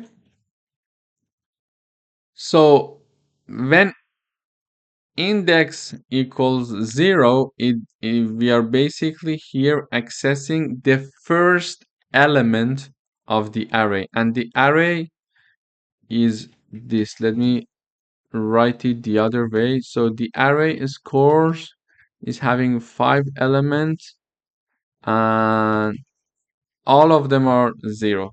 Okay, so basically with this line, when index is 0, we are having the array scores equals to 10. Okay, so here we are calling the function with the argument of 10. So here this function is called with the argument of 10, therefore x equals 10, and initialized we initialized index to be 0, and we have the index 0, and when the index equals 0, using this line we are assigning the x variable or 10 to the first element of the array score. Why first element? Because index equals 0 and index is put in the, you know, in the file, in the brackets of the score. So it means that we are assigning 10 to be the first element of the score, and then we have the incremental value. It means that 10 is assigned to the first element of the array score. Then we are incrementing. When this assignment is done, then we are incrementing of the value of index by 1. So we are manipulating it. And if index is not lower than 5, it's going to print, okay, scoreboard is full. So because we can only insert 5 score into the scoreboard because the size of the array is 5. So basically what we are doing here is done. Then we are saying current scores. We have a for loop and we are printing all the elements of the scores. So we are going to call the function twice. Let me run the code and then explain further the code. Okay, great. So here we're calling the function with the argument of 10. 10 equals x. So initially all the elements of the array were 0. This is not the initial array. The initial array is this one. So initially everything was 0 and the index was 0. It says index lower than 5, it enters. It assigns 10 to the first element of the array score. Why first element? Because index is 0 and basically using this line we are accessing the first element. So when the first element is equal 10, this happens. So 10, instead of having the first element to be 0, we are having the first element to be 10. Okay, and everything is done here in this if condition, and we are printing the array here. So we say current score, we are printing all the elements of the array, and the code execution for this function is done. We come back to the main function, we go to the next line. When we call again the function using the argument of 20. So in this case, we are having call using argument 20, x therefore equals 20, index equals 1 this time, scores 1 equal 20. So this time we are calling the function using the argument 20. And since the array was initially initialized and declared using a static keyword, it remembers what has been done before. So it remembers that we did a manipulation to index. So index was earlier 0, but in the first call it became 1. Why? We incremented its value here by 1. So it says that now index lower than 5, yes, because 1 is lower than 5. And why not 0? Because this is a static index. Okay, so the first time it was 0, but because it is static, it remembers that in the first call we manipulate and modify the value of index from 0 to 1. Now it considers that index is 1. So 1 lower than 5, yes. Therefore, it is going to put and assign the value x, which is 20 in the second call. Which 20 is going to be assigned to the second element of the array score. Therefore, the second element of the array score is going to be 20. What was the first element? It was 10. Okay, so when the 20 is assigned to the second element of the array score. This part of the if condition is finished. Then we are printing again the current score. So when we start from 0, the first element of the score, we are printing it again for the second time because it's the second time we call the function. It is going to print 10 because already from before it remembers, right? It is a static variable that used to initialize and declare this array. The first element is 10. Now we have the second element equal to 20. Okay, in the first time we only had 10 here, and the second element was 0. But when we call the function for the second time, the second element is set to be 20. Okay, and then when the second element 20 is assigned to the second, when x equals 20 is assigned to the second element of the array score using this line, after this is done, we are going to increase the value of index one more time. So when the plus plus sign is after index, it means that x is going to be set to the index element of the array score, and when it's done, then the index is going to increase by one value. Okay, this simply means that when plus plus is after index. So let me just remove the plus plus so you see the difference. It's more tangible. Okay, so when we remove plus plus, we're calling the function using the argument 10. And initially, in the first call, index is equals 0. So 0 lower than 5, yes. It is going to put 10 as the first element of the array score because index is 0. And then it's going to print all the elements of the array score. Therefore, it's going to print this one. And everything is done. We are going to call the function the second time, and we are going to call it using the argument 20. So in this case, x equals 20.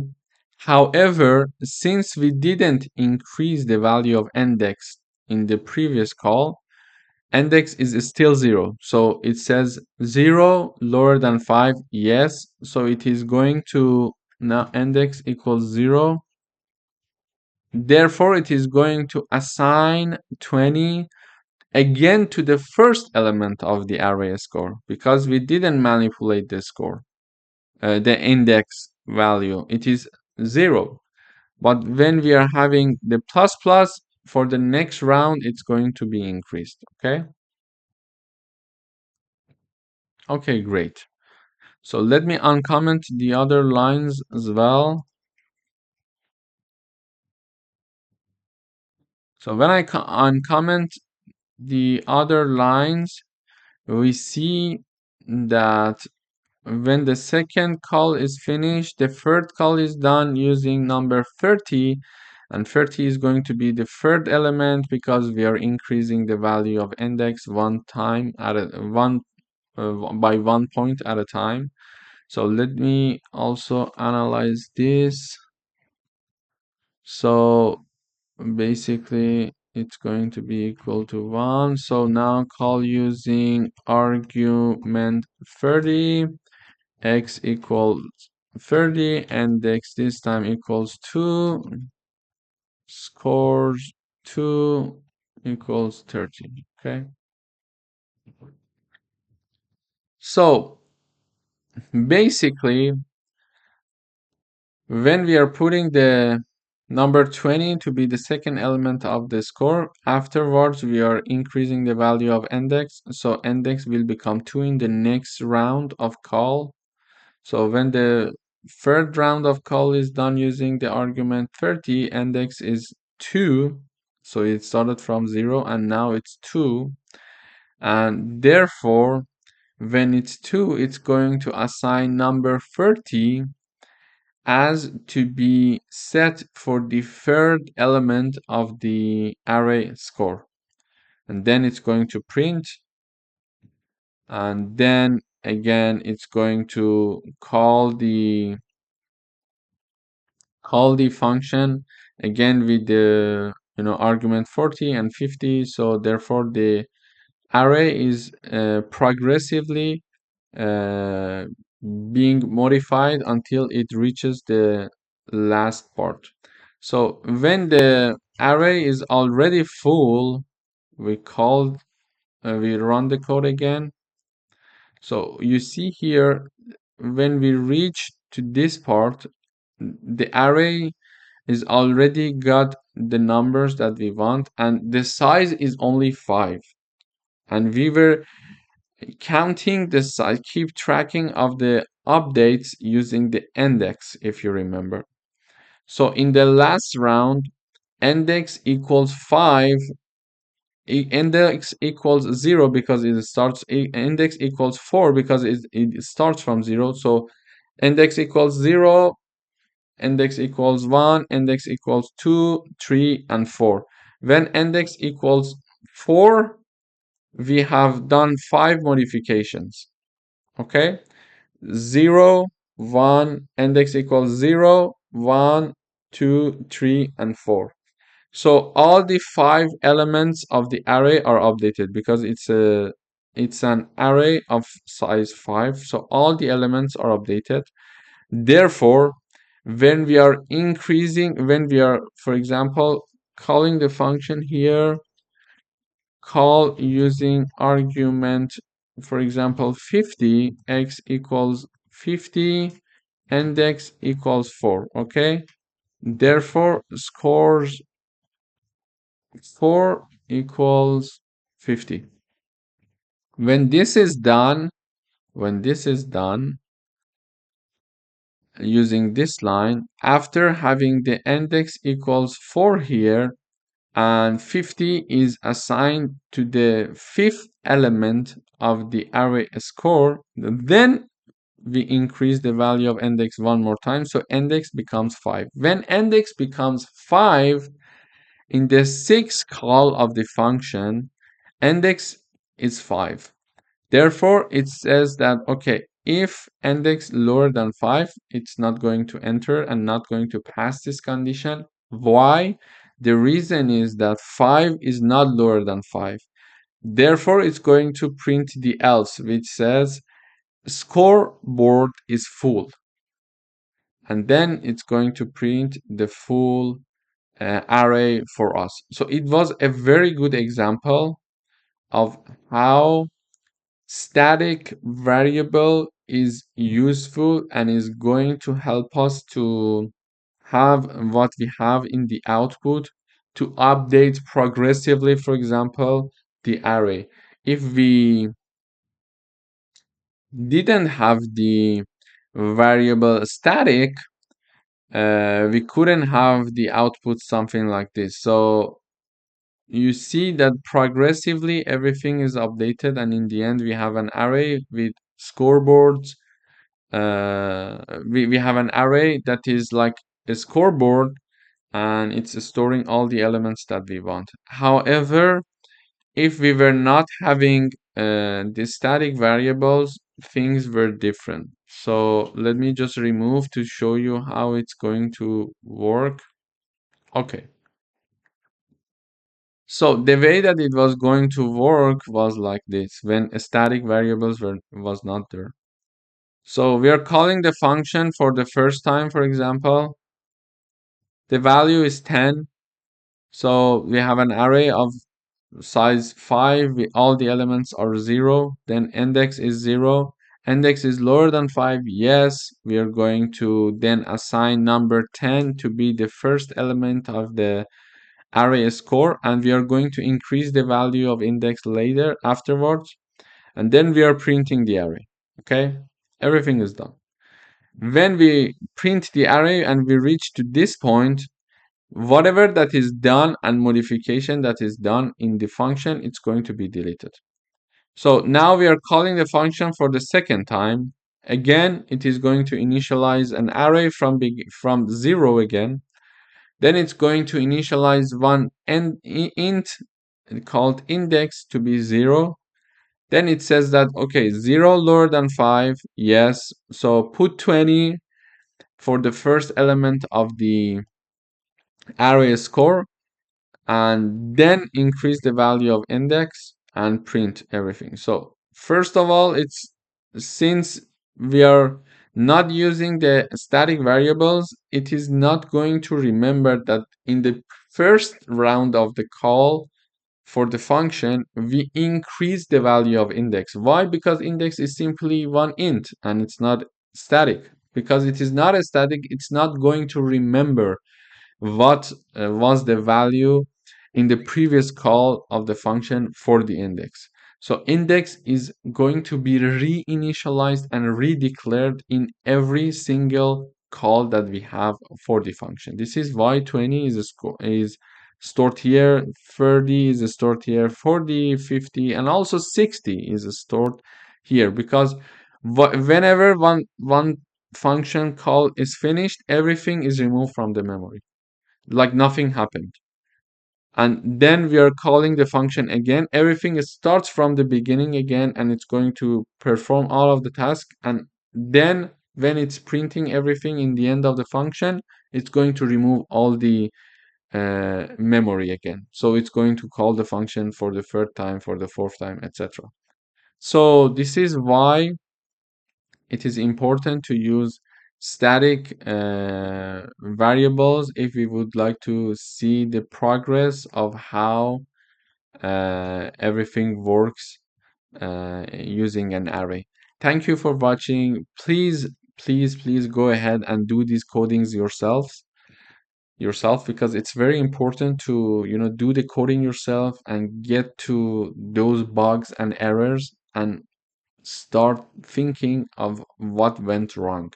That is the point where you find your weaknesses and you're going to improve from there. Thank you for watching.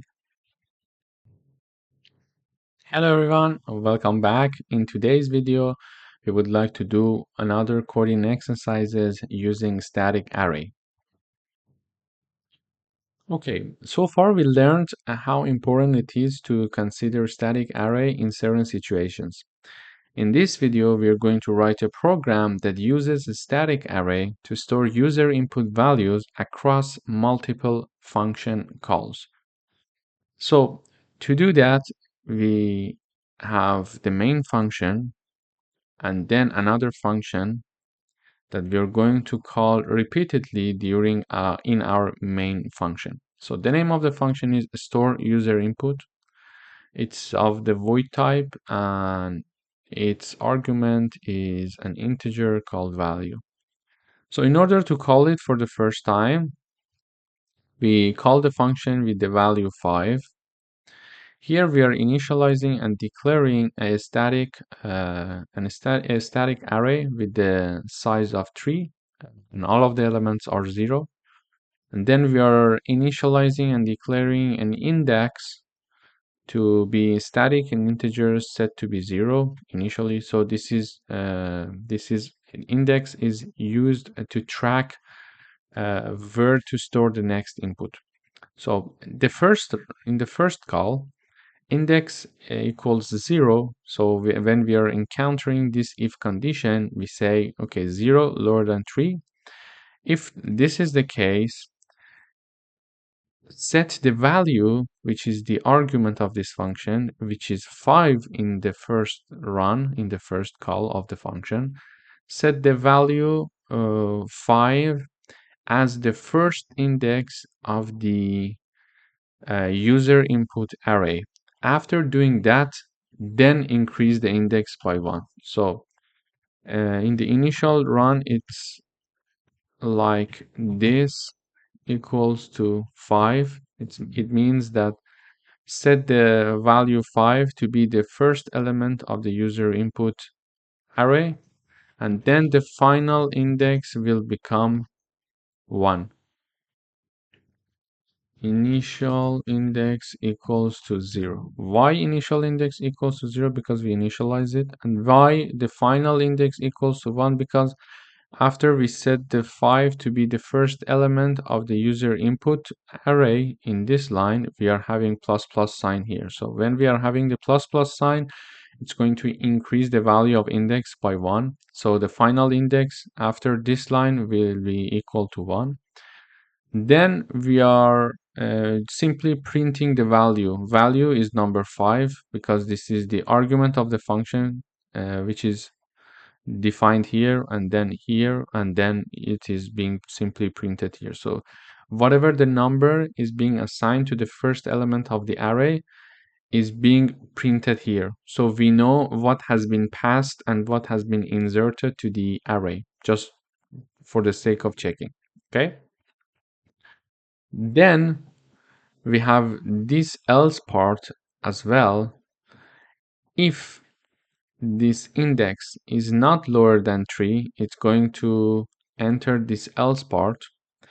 There it is printing array is full, so stored values, or it is going to print all the elements of the array using a for loop, and the for loop is going to start from 0 to 3, which is the size of the array, and it's going to print all the elements of the user input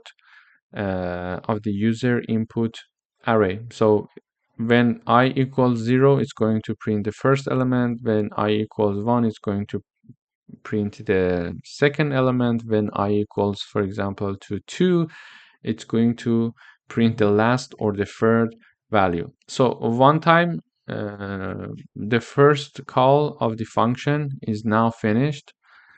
The program is executed, so the program goes to the next line and it's going to call the function again with the argument of 10. So now value equals 10, but because we are using a static array and index, now the program remembers that we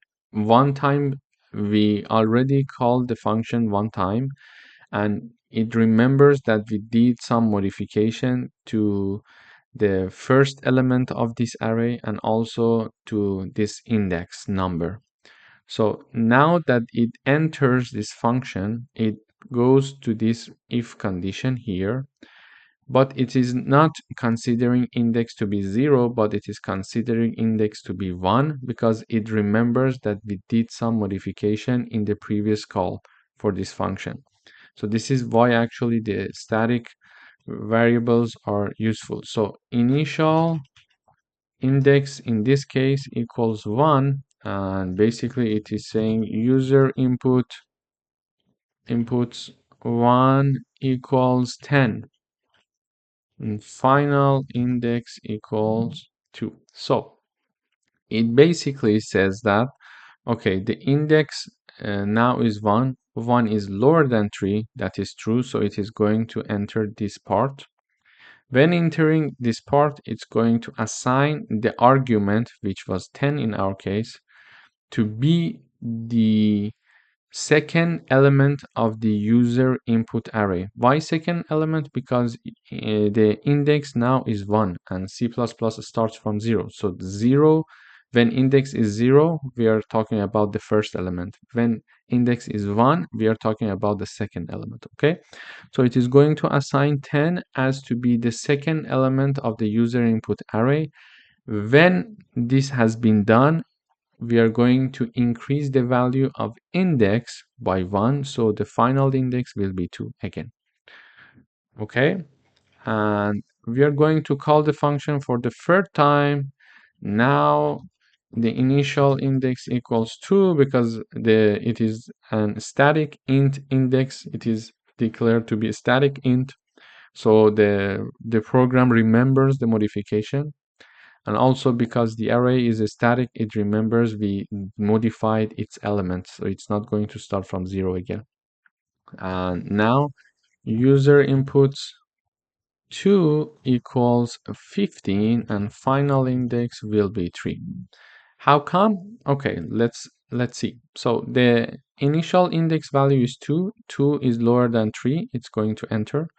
So the argument that is passed to this function is 15. Therefore, the value is 15. The int value is 15. So 15 is going to be assigned to the third element or the last element of the user input array, after which we are going to increase the value of index, which was 2 and now it's 3.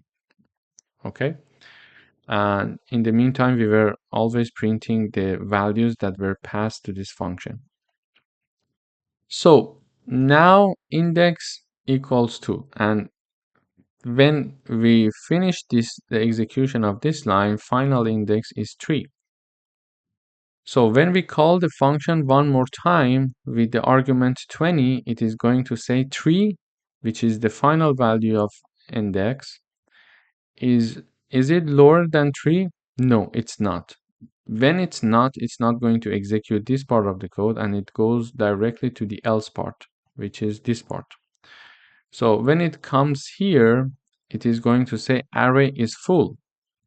Why it is full? Because the size of the array was 3 and we already had stored 3 values in it. Therefore, and 3 is not lower than 3, therefore it is not executing this part, and now we see that 3 values are stored in the array, as you see here, 5, 10 and 15, and the size is 3.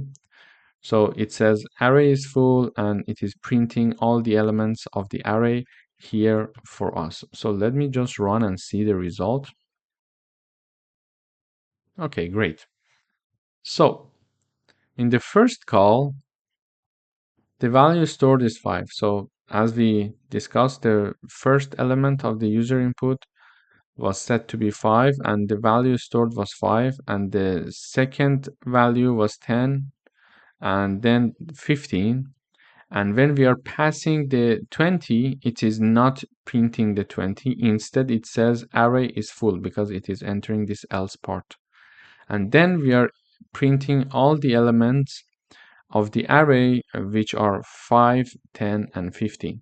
So the only reason that with every call, the program remembers what we have done and knows that, okay, the elements are different values and the index is updated progressively, and also the array is updated progressively, is because we are using the static keyword here. So if we don't use the static keyword here, you will see the difference.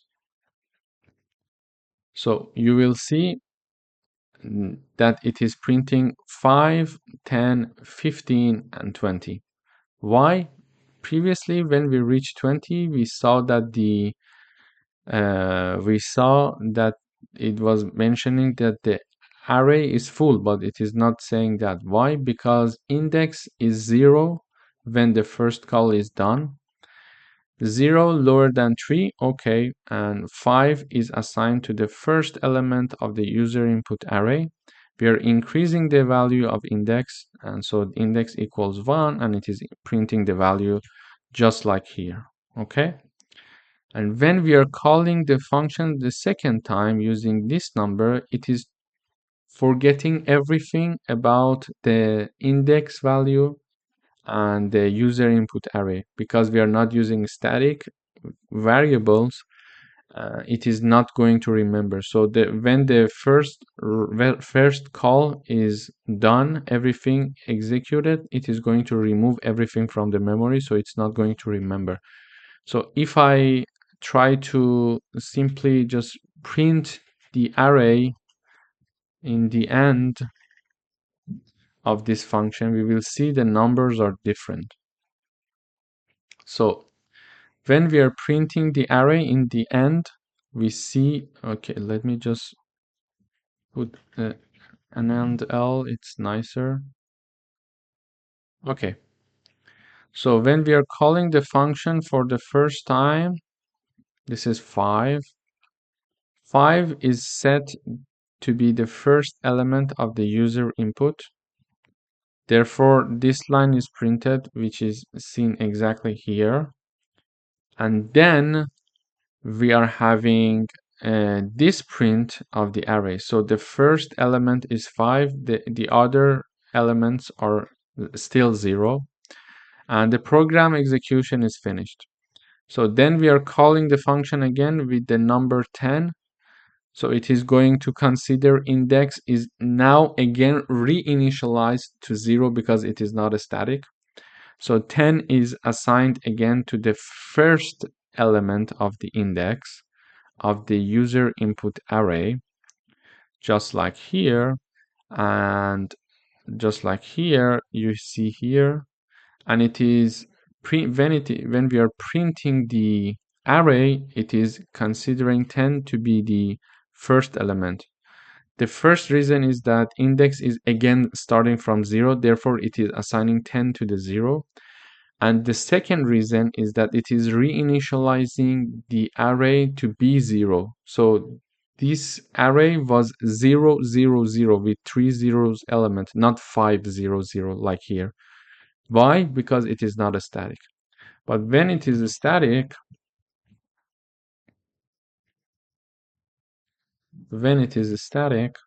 so let me just comment this line. When it is a static, in the first call, it is setting 5 to the first element of the array, and then we are printing the array here 500. When we are calling for the second time, it already remembers that the first element was 5 and n index was the final index was 1. Therefore, now 10 is going to be assigned to the second element because now index is 1 and it is not considering this line because it is a static.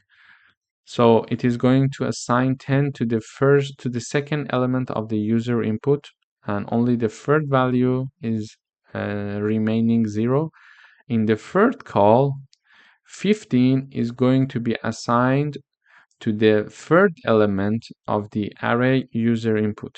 So this is how static actually variables work, and this is how good how good it is to use them in specific situations that we would like the program to remember previous calls for the function when we are using an array, for example, or an integer value.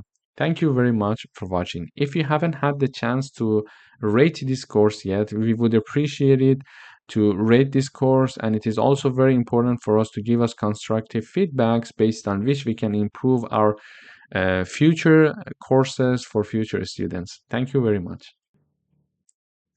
Hello everyone, welcome back. In today's video, we are going to write a program that provides an array and sorts the array in ascending order. To do that, we need to include one predefined library in C++ that is called algorithm. So we include the algorithm to do the job for us. Initially, in the first step, we need to declare and define one array for ourselves with the elements that we want. It depends on what we want. It can be having like 2 elements, 5 elements, 10 elements. It depends on what we want to do.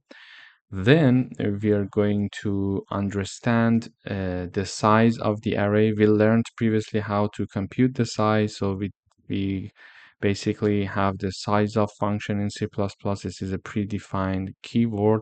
So we divide the size of the array by the size of the first element of the array. So it is going to be something like if each element of the array is going to have 4 bytes. So the size of the array would be 1, 2, 3, 4, 5, 6.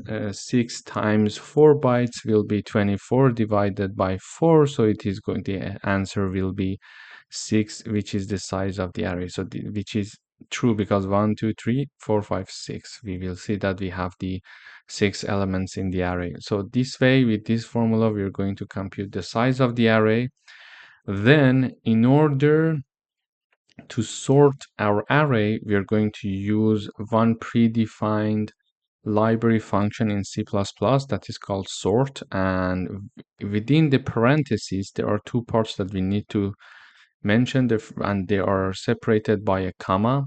So the first part would be the name of the array, And the second part would be name of the array plus the size of the array. So let me first compile and see how the result would be. Then we are going to analyze the code. Here also we are providing a for loop that we are starting from 0 and we are going up to the size of the array, and we are printing all elements of the array to see the sorted array. So as you see here, the array starts with 5 and finishes with 6. When I compile, okay, when I compile, we will see that 1, 2, 5, 5, 6, 9. So the array is now sorted. But why we need to define the sorted array using these line of code? So this is a predefined library in C++ that consists of two parts. The first part is the name of the array. The second part is the name of the array plus the size. So instead of the size, in this case, the calculated size would be 6 as we discussed. If we are going to, instead of the size, we type 3, it is going to sort only the first 3 elements of the array. Let's see. Okay, so the first 3 elements are originally 5 to 9. When we sort them, it is 259, and the rest of the array remains unsorted. So in order to sort the array, the full array, we need to type size here. But if we are going to only sort the array for the first 3 elements, simply just type 3. For simply just 4 first elements you would like to be sorted, so you just simply type 4 here. So it's okay, it depends on what you want to do. It was a very good example for us to learn how to use the sort function to easily sort our array in C++. Thank you for watching. Hello everyone, welcome back. Now we learned how to write a program that gives an array and sort the array in ascending order. Now we would like to declare and define an array and sort it in an ascending order. However, only, for example, the last 2 numbers or the last 3 numbers you would like it to be sorted. So previously we learned if we would like to make the sorting for the first 3 numbers, we, instead of size, we will just type 3, so it is going to sort the first 3 numbers. We see that, okay, 5 to 9 is now 259, and the rest are remaining the same.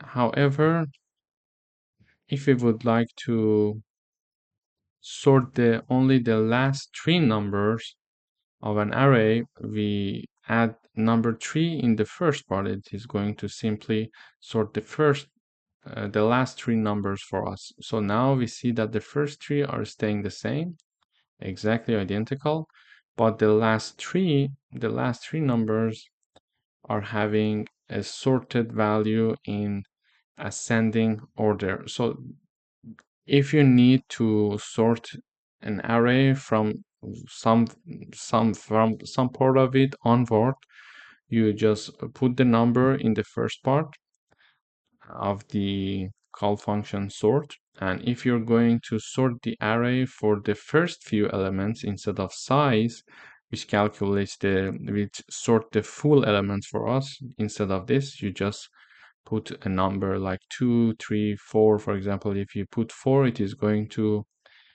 sort the first 4 numbers of the array. Thank you for watching. Hello everyone, and welcome to another video. In today's video, we're going to learn how to write a program that provides an array and sort the array in the descending order. So previously we learned how to do it in ascending order. Now we're going to learn how to do it in ascending or in descending order.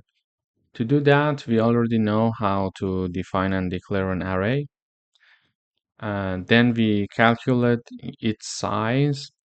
And then in order to sort it, we still, in descending order, we still use the sort function that is predefined by the C++ library function, and we need to include the algorithm library.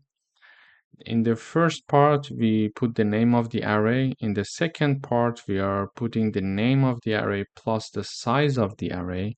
And in the third part, meaning this part, we are going to use another library function of C++ that is called greater, and then int and two empty parentheses and one empty parenthesis. This would do by default the sorting for us in the descending order using a predefined C++ library. To check how it works, we will just compile and see. So please note that the array is 529156. Now I compile, and here I'm printing all the elements of the array. So we need to have a result of a sorted array in descending order now. Okay, great. So we are seeing the result. So in order to sort an array in the descending order, we can simply call the sort function. In the first part, we are calling the name of the array, then the name of the array plus the size. And in the third part, we are going to write down greater int, and this function is called using this keyword is going to call the function predefined function of the C++ to simply do the job for us and makes our life much easier. And then we're just printing out whatever that is in the array. So this way, using this line of code, we can easily sort the array in the descending order. And also, we learned to play with this number. So if I put numbers plus 4, if I put numbers plus 4, you will see that only the first 4 numbers are sorted in the descending order. So, and the rest are staying the same. So this is why when we want to sort the full array, we are using the size, because the size is going to give the number of all the elements of the array. So this element is having 6 elements. So size will be 6. So when numbers plus 6 means that the full array is going to be sorted in the descending order. Thank you for watching. Hello everyone, welcome back. In today's video, we are going to write a program that reverses all the elements of an array. To do that, we need to first declare and define an array. We calculate its size, and we're going to simply call the reverse function that is a predefined function by C++, but we need to include the algorithm library. So when we call the reverse function, there are two elements to consider. The first one is the name of the array. The second one is the name of the array plus size. And simply there, after that, we are printing the array to see if it has done some changes or not. So let me just run the code. So the original array is 1, 2, 3, 4, 5. The reversed array is 5, 4, 3, 2, 1. So now, as you see, 1 is exchanged with 5, 2 is exchanged with 4, and 3 remain the same. So when we have the size here, it is going to reverse the full array for us. But if we put, for example, 4, it is going to reverse the first 4 elements of the array. So let's try. Okay, because we put 4 and not the size or 5, it is going to consider the first 4 elements of the array for the reverse. So 1 and 4 has been changed, their place has been changed, and 2 and 3 are exchanged. However, 5 is remaining the same, and the reason is that because we didn't include the full array. In order to include the full array, we just simply put the size. And if we are going to reverse the array for the first 2 elements, 3 elements, 4 elements, and 5 elements, that depends on us. You can simply just manually change this size and put the numbers, and then the code will go and reverse those elements of the array. Thank you for watching. Hello everyone, welcome back. In today's video, we are going to do some coding exercises regarding the arrays. So we would like to write a program that inserts one array in the beginning of another array. So we need, this is our target array, so R2, and we would like to insert R1 in the beginning of the R2. So we first declare and define both arrays, we compute their corresponding size, and then we are going to declare one array, a third array with enough amount of size to that can contain both arrays. So if each one of them is having 3 elements, this new array needs to have at least six size, at least have the size for 6 elements. So by default, I just put it 10 to make sure we are above the number that we are targeting. So we declare an array, a third array with enough size to be able to include both arrays. To do that, so firstly, we would like now to fill this new array with the values of the first and second array.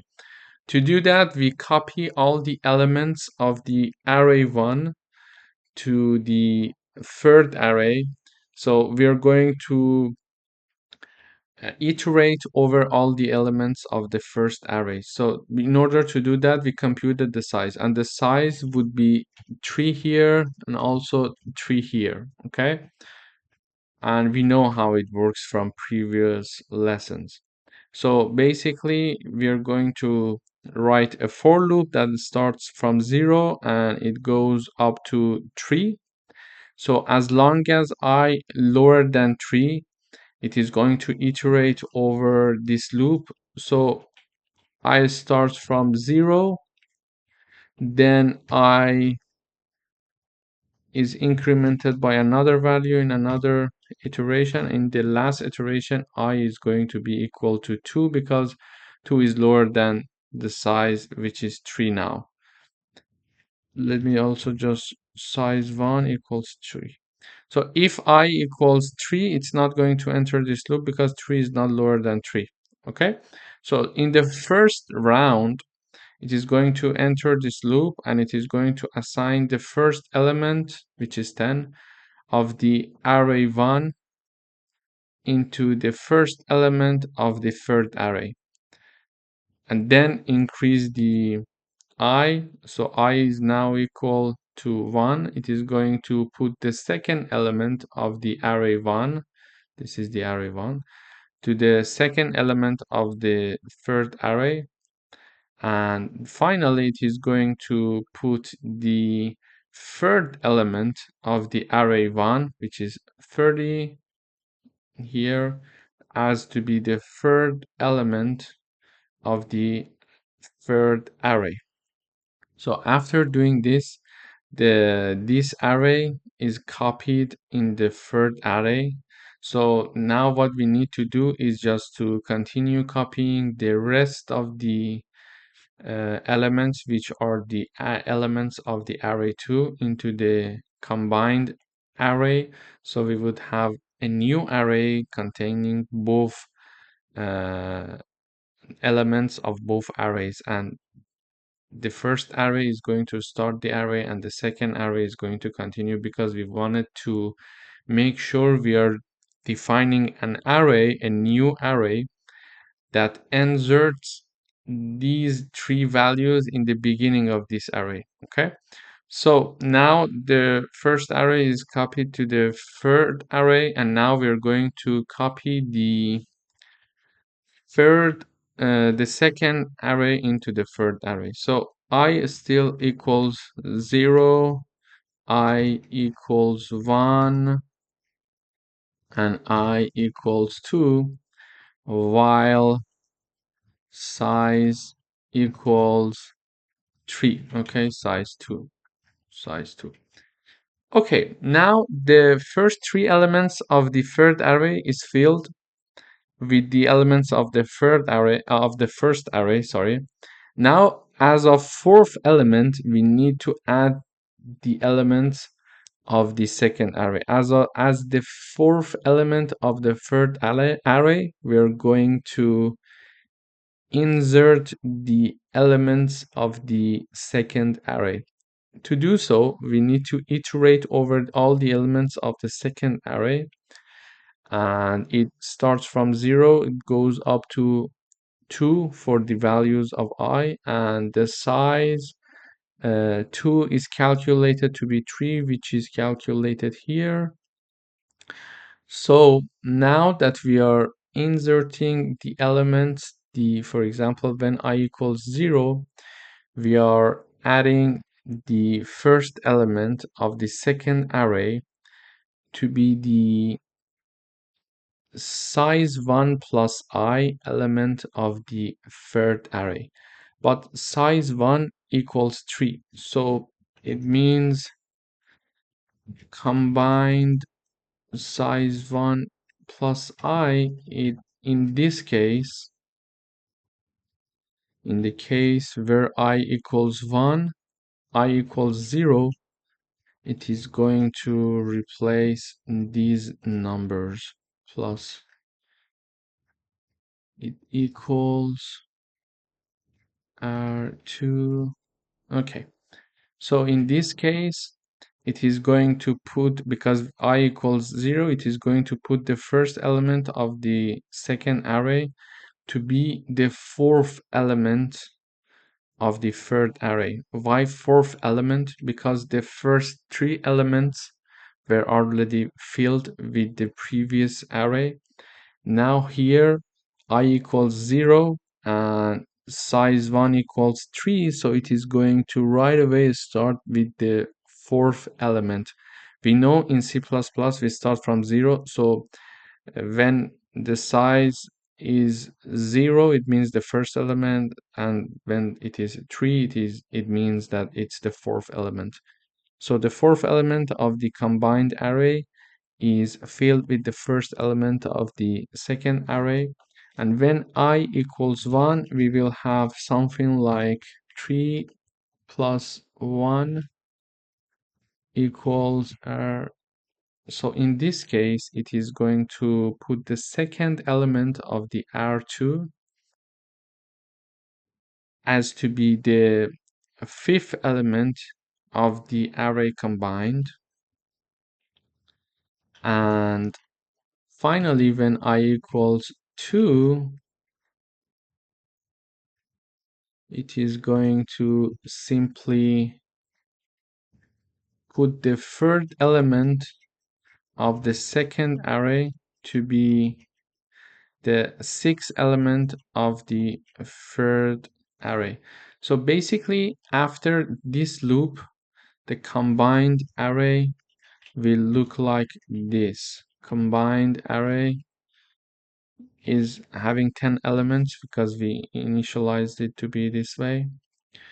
It looks like before this loop, let me just also, before this loop, it was looking like this, meaning that all the elements of the array were 0. Now all the elements, we could also, for example, we could do something like this to make sure that it works, okay?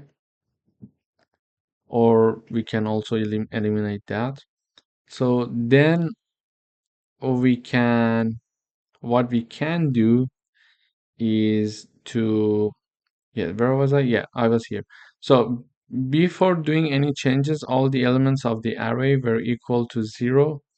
Now, what we did using the first loop, we inserted all the elements of the first array in the third array.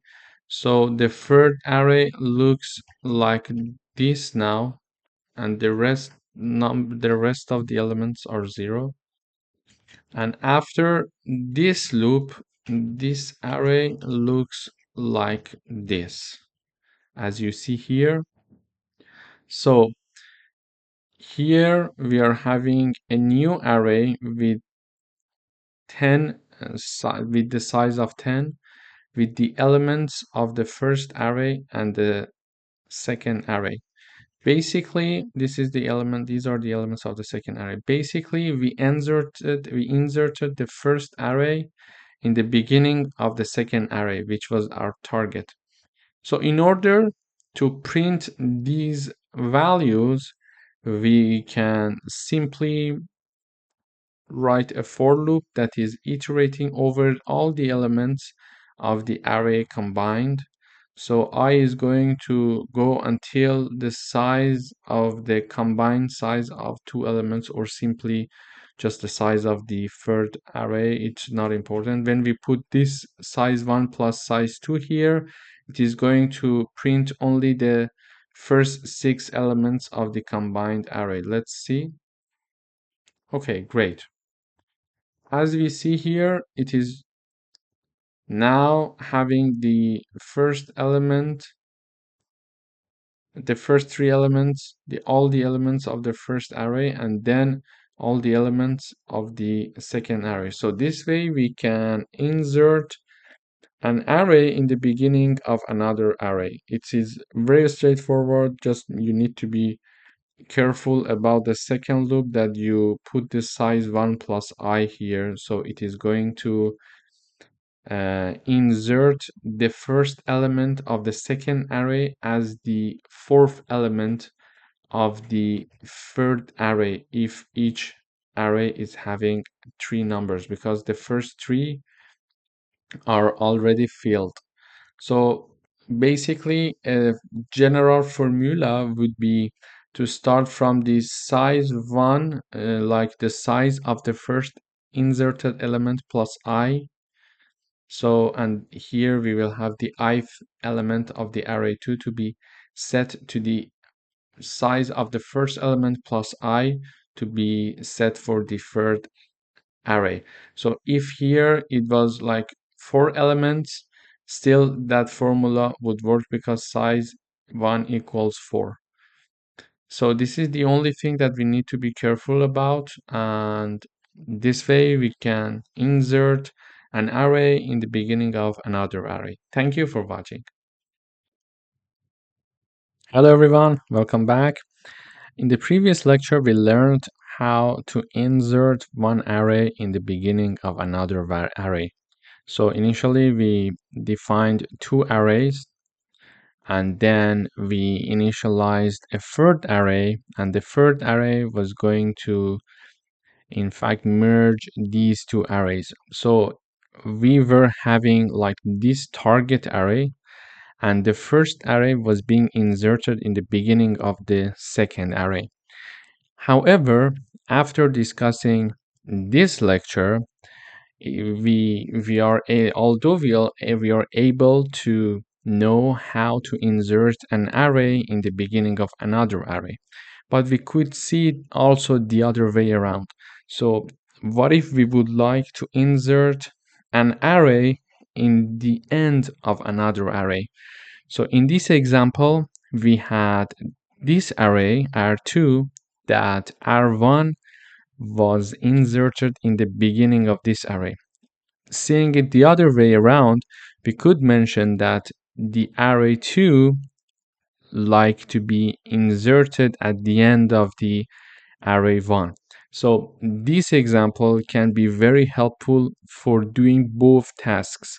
So you can either mention that write a program that inserts one array in the beginning of another array, meaning that array 1 is inserted in the beginning of array 2, or we could write a program that insert array 2 at the end of array 1, because when I run the program, we see the resulting array is 10, 20, 30, the first array, then 40, 50, 60, the second array. We could either say the first array is inserted in the beginning of the second array, or the second array is inserted at the end of the first array.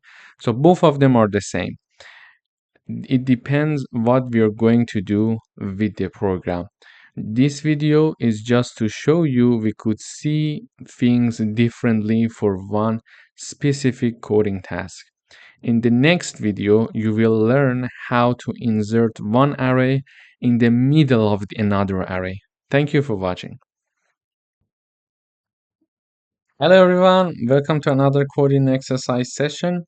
Today we would like to write a program that insert one array in the middle of the second array. So this is our first array, this is our second array, and we would like to write a program that inserts the first array in the middle of the second array.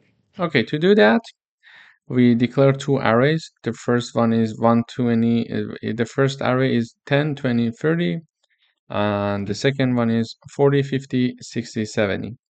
And we are computing the size of two arrays. We are initializing one new array that is called combine. We call it third array. And in order to find the middle point of the second array, we divide the size of the second array by 2. So this will give us the middle point. In this case, it has a size of 4. When it is divided by 2, it is going to give us number 2. So after this number, we're going to fill these parts you are going to copy these two elements in the third array. So let's begin. So here we are computing the middle point, like we are having 4 elements here. 4 divided by 2 will be 2. So middle equals 2, I equals 0, I equals 1. Okay, these are the scenarios. We iterate over the second array. We start from 0 and we go until I is lower than middle, which is 2 here. So I is going to get two values, so 0 and 1. It is therefore is going to perform 2 iterations. In the first iteration, when I equals 0, we will have the combined 0 equals r2 0. Basically, it is assigning the first element of the second array to be the first element of the third array, meaning that 40 is going to be assigned as the first element of the array combined. Then in the second iteration, combined 1 equals r2.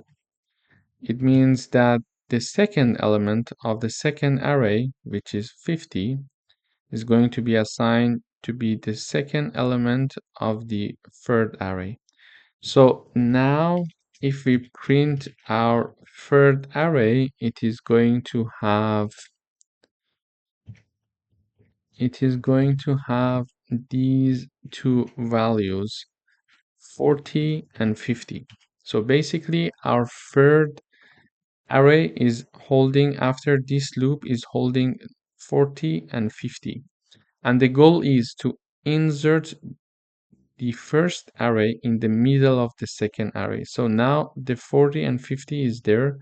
Now we need to copy 10, 20, and 30 here, and then copy 60 and 70 here. So now we are going to iterate over the first array. To do so,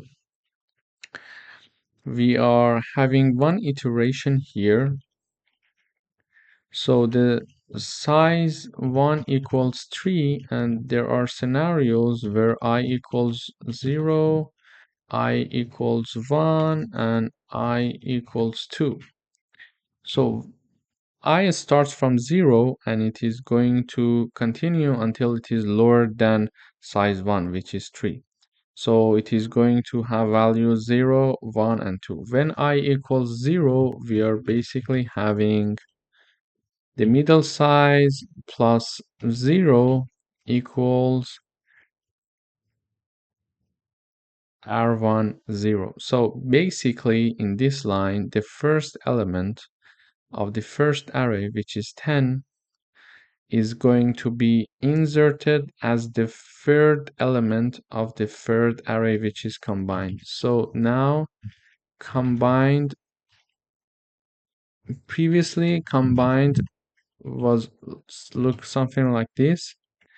After the first iteration of this part of the code, it is being equal to 10 as well. So 10 is added to the first element, to the as to be the third element, sorry. Then we are having here combined 2 plus 1 equals R1 first element. So the second element of the R1 now is assigned to be the fourth element of the combined array. So it is going to put 20 here, and we know when the sum of this part is 3, it means the fourth element, because in C++ we start from 0. So the index, this one is 0, 1, 2, 3. So when the index is 3, it means the fourth element. And in the last iteration, we have combined 2 plus 2 equals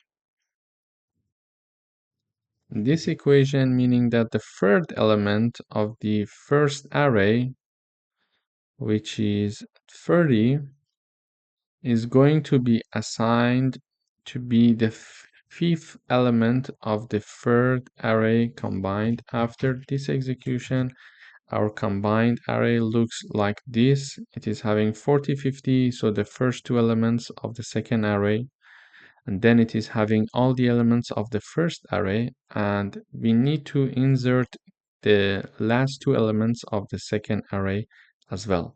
To do that, we need to write another for loops, and here we know middle equals 2 and size 2 equals 3.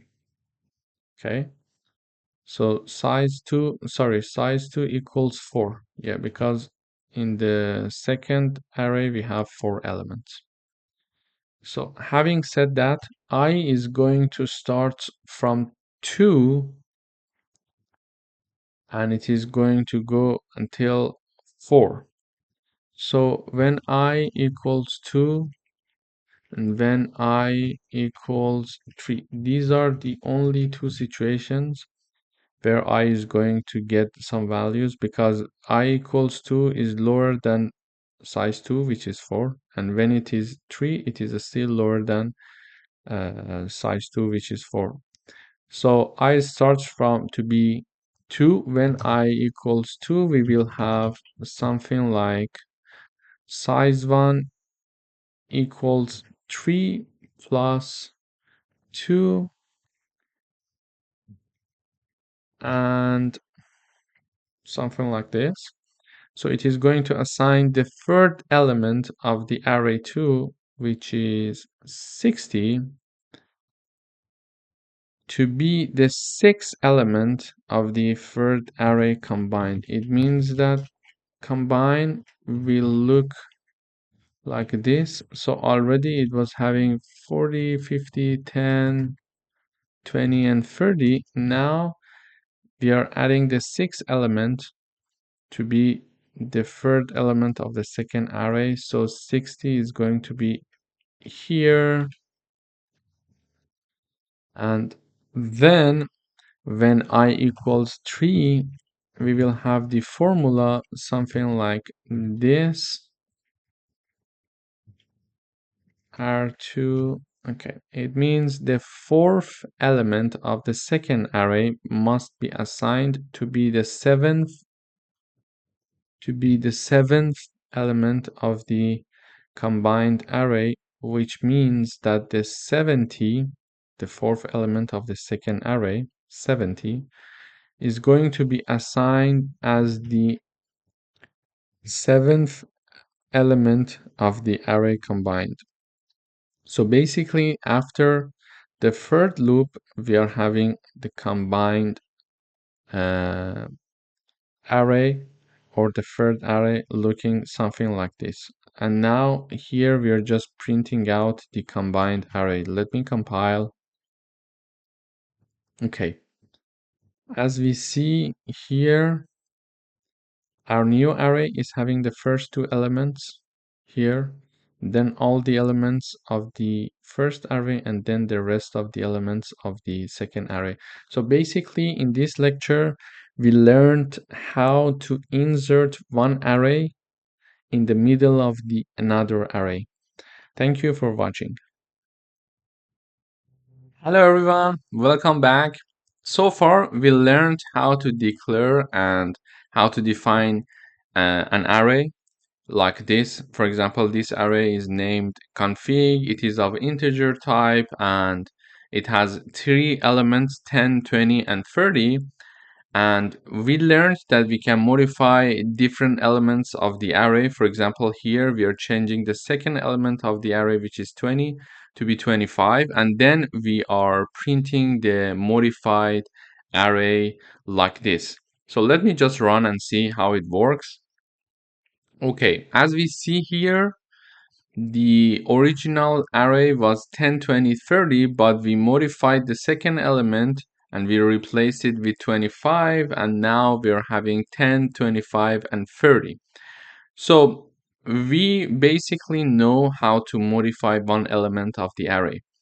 But there are some times that we may make mistakes throughout our code, our different blocks of codes in the program, that unintentionally we change one element of the array, but we didn't want to do that.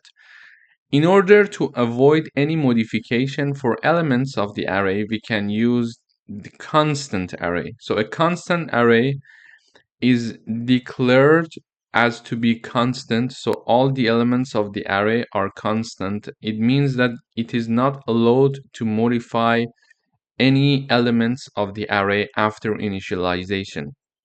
To do that, we can simply use this keyword, constant array. So this way, this array cannot be modified anywhere throughout the code. And as you see here, there is an error because it says we have a constant array that is being modified here. Therefore, it returns an error. So when we have a constant array, it is not possible to modify it throughout the code. So in case you are using an array and for any reason you would like it to be constant and not to be modified unintentionally, for example, throughout different blocks of code, you are advised to use the constant keyword, so const, in order to keep everything safe and not allow the modification. Now, when we compile, basically we get the original value for the array, and the reason is that we remove the modification part. And when I uncomment the modification part, you see that this returns one warning here saying that variable config declared constant here. It's a warning, and there is an error saying that it is of type constant and you are trying to modify it, so it is not possible. So this is a very good way to keep everything as it is and to keep everything safe if you would like not to allow C++ to let you modify your array throughout your code. Thank you for watching. Hello everyone, welcome back to another lecture. In today's lecture, we are going to discuss two-dimensional arrays. So far, we learned about one-dimensional array, and now when we would like to store our data in a matrix or a table, we need to use two-dimensional arrays. In order to do that, let's review what we learned so far about arrays. Here, we are declaring one array that is named myArray. It's of integer type, and there are three elements in this array, and the elements are 1, 1, and 1. This value 3 is the number of elements, but also the number of columns that we can see in this array. So this is the first column, this is the second column, and this is the third column.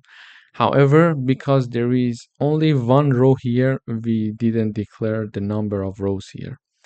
An example of a two-dimensional array would be this array. So we would like to write a program that stores 3 by 3 matrix of integers and print its value.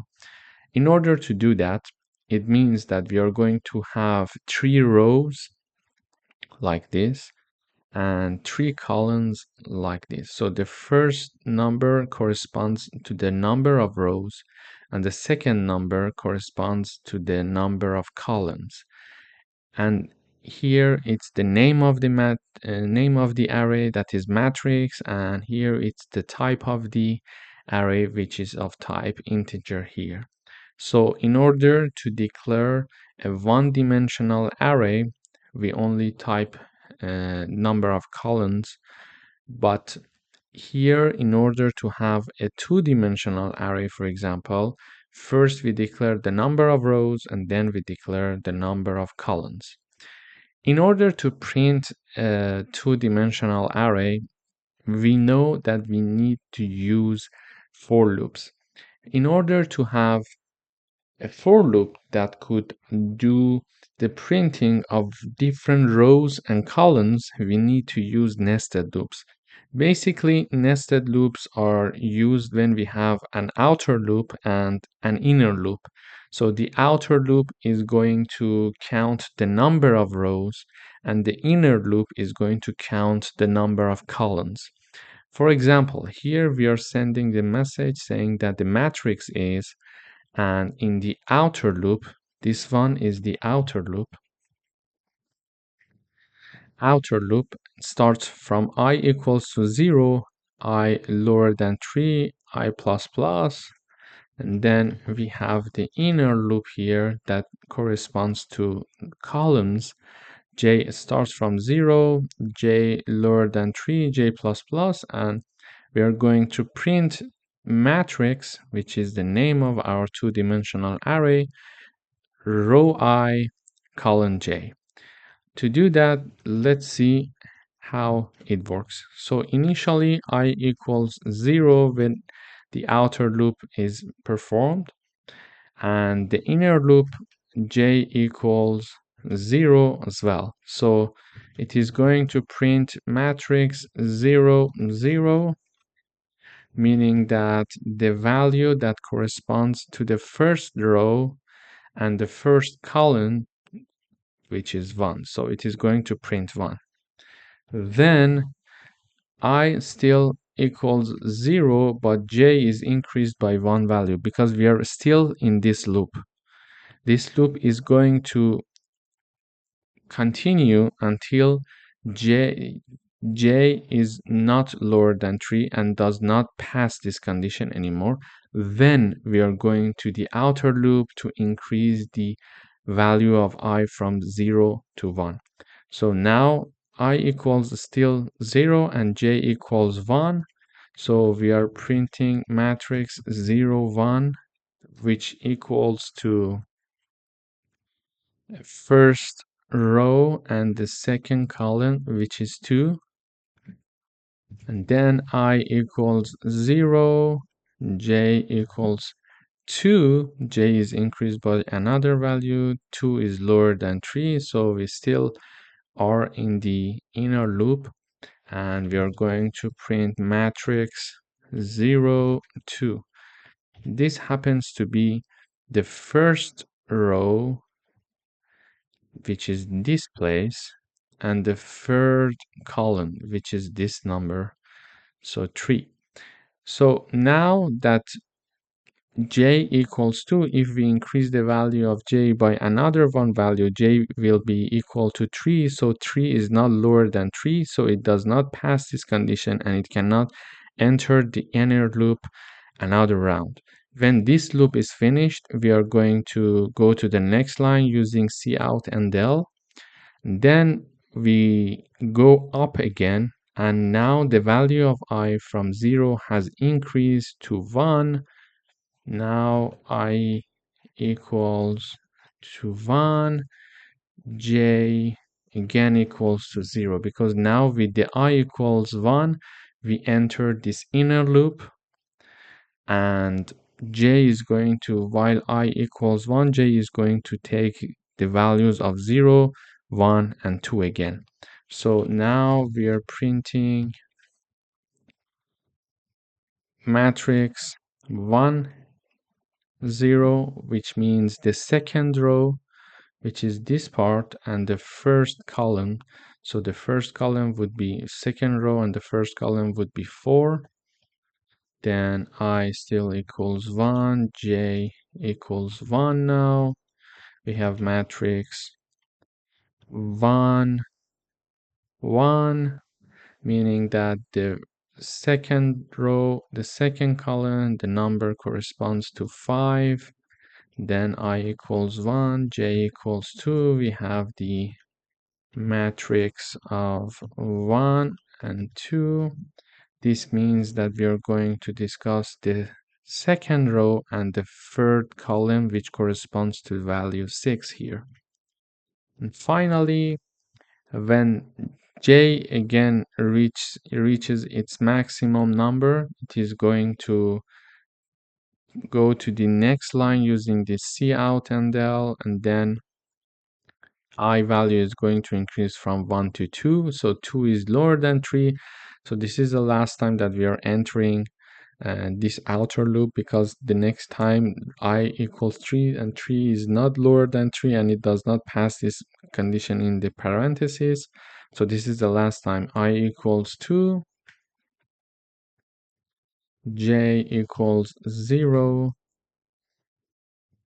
matrix 2, 0, and this would equal to the third row and the first column. So the third row, which is this line, and the first column would correspond to number 7. Then we have I equals 2, j equals 1. We are going to print matrix 2 and 1. So the third row and the second column corresponding to number 8, I equals 2 and j equals 2, matrix 2 and 2. So it is going to print the third row, and the third column corresponding to the value of 9. So now we learned how to print this two-dimensional array. Let me run the code and see how it works. Okay, great. So we see that here we initialized a two-dimensional array, and then we started going through this two-dimensional array that is called matrix, row by row. So in the first row, when I equals 0, we iterate over j from 0 to 2. So we're printing values 1, 2, and 3. Then we go to the next line where I has increased by another value, and then we are printing 4, 5, and 6. Then we go to the next line and I has increased again by another value, so I equals 2 now, and we are printing 7, 8, and 9. So using this coding exercise, we not only learned how to declare and define a two-dimensional array, but we had the chance to review the nested loops and show how using nested loops we can print a two-dimensional array, and also how we go through the iteration of an outer loop and an inner loop in nested loops. Thank you for watching. Hello everyone, welcome to another coding exercise session. In today's lecture, we are going to write a program that stores two 2x2 matrices and calculates their sum. In order to do that, we first declare and initialize our first matrix that is called matrix 1. So it's a 2x2 matrix, And in the first row, there are two values. In the second row, there are two values. So there are basically two rows as it is shown here, and there are two columns as it is shown here. So then we have another 2 by 2 matrix, uh, which corresponds to this one. We have 5, 6 in the first row and 7, 8 in the second row. Finally, we have a third matrix that is also 2 by 2 matrix. So it's a 2 rows and 2 columns matrix that is going to store the sum of the second and the first two-dimensional arrays for us. In order to calculate the amount that we need to put in the third matrix, we need to know how to make the summation between two matrices. So in order to do that, we first need to know, so this number, the first row, first column of the first matrix is going to be added with the first row and the first column of the second matrix, and it is going to be in the first row and the first column of the third matrix. So imagine that we have now a matrix that corresponds to our third matrix here. So this number, which is the first row and the first column of the third matrix, which is sum, has to be 6, which is the sum of 5 and 1. Okay, so by adding the first row, first row and column of the second matrix and first row and column of the first matrix, we are going to build the first row and column of the third matrix. So then the first row, second column of the sum matrix is going to be 6 plus 2. Why? Because it corresponds to the value of first row, second column of the second matrix and the first row, second column of the first matrix. So it is going to be 8. The same policy goes with the second row, first column number and the second row, second column, which is 8 plus 4 coming from this 4 and this 8, which means that it needs to be 12. So this is the sum of these two-dimensional arrays. However, in order to do it in C++, what we need to do is to iterate over both matrices and set and assign the summation of each number to the third array. In order to do that, we need a nested loop. So a nested loop starts from 0, goes until I is lower than 2, and j starts from 0 until j is lower than 2. So basically, firstly, I equals 0, j equals 0. In this case, the first row and the first column of the sum matrix is going to be equal to matrix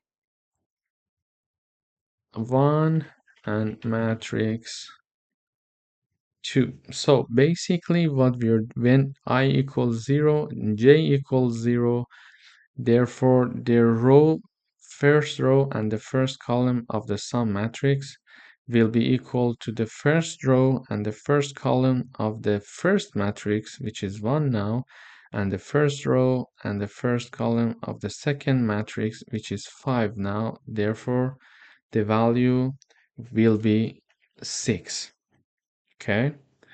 Then still I equals 0, j equals 1, so we will have the first row, second column of matrix sum equals to the sum of the first row second column of matrix 1, and again the first row, second column of the matrix 2, which means that number 2 plus 6, which is here, so this equals 8. Here also we had 1 plus 5 equals 6. Then j, because in the last iteration I equaled 0 and j equals 1. Now j, if j is increased by another one value, j equals 2, so 2 is not lower than 2 is not lower than 2, so it's not going to enter another time in this inner loop. And therefore this inner loop has done one full iteration, so it is going to go up again and increase the value of I by another value. So I now equals 1 and j equals 0. So we are going to have this here. Let me just type it down first. So it will be okay. So now I equals 1, meaning that we are discussing the second rows, and j equals 0, it means that we are discussing the first column. So second rows, first column, second rows, first column, second row, and first column. So the second row and first column of the third array, which is sum, equals to the second row and the first column of the first array plus the second row and the first column of the second array, which is 7, which equals 10, which we have here. Then I equals 1, j equals 1, so we have the sum 1 1, matrix 1 1 1 plus matrix 2 1 1. So this means that we are now talking about the second row, second column, so this number 12. Now this 12 number is calculated based on the second row and the second column of the second matrix, which is 8, and the second row and the second column of the matrix 1, which is 4. So it will be 4 plus 8, it's equal 12. This way we are assigning numbers to the matrix sum, and then we are simply just print the values that are assigned to the sum matrix here. So in order to do that, we have another nested loop. The outer loop iterates the number of rows, which is 0 and 1, so we have 2 rows, and j inner loop is going to iterate for the columns, so j will get the value 0 and 1, so there are 2 columns. So let me run and see. Okay, great.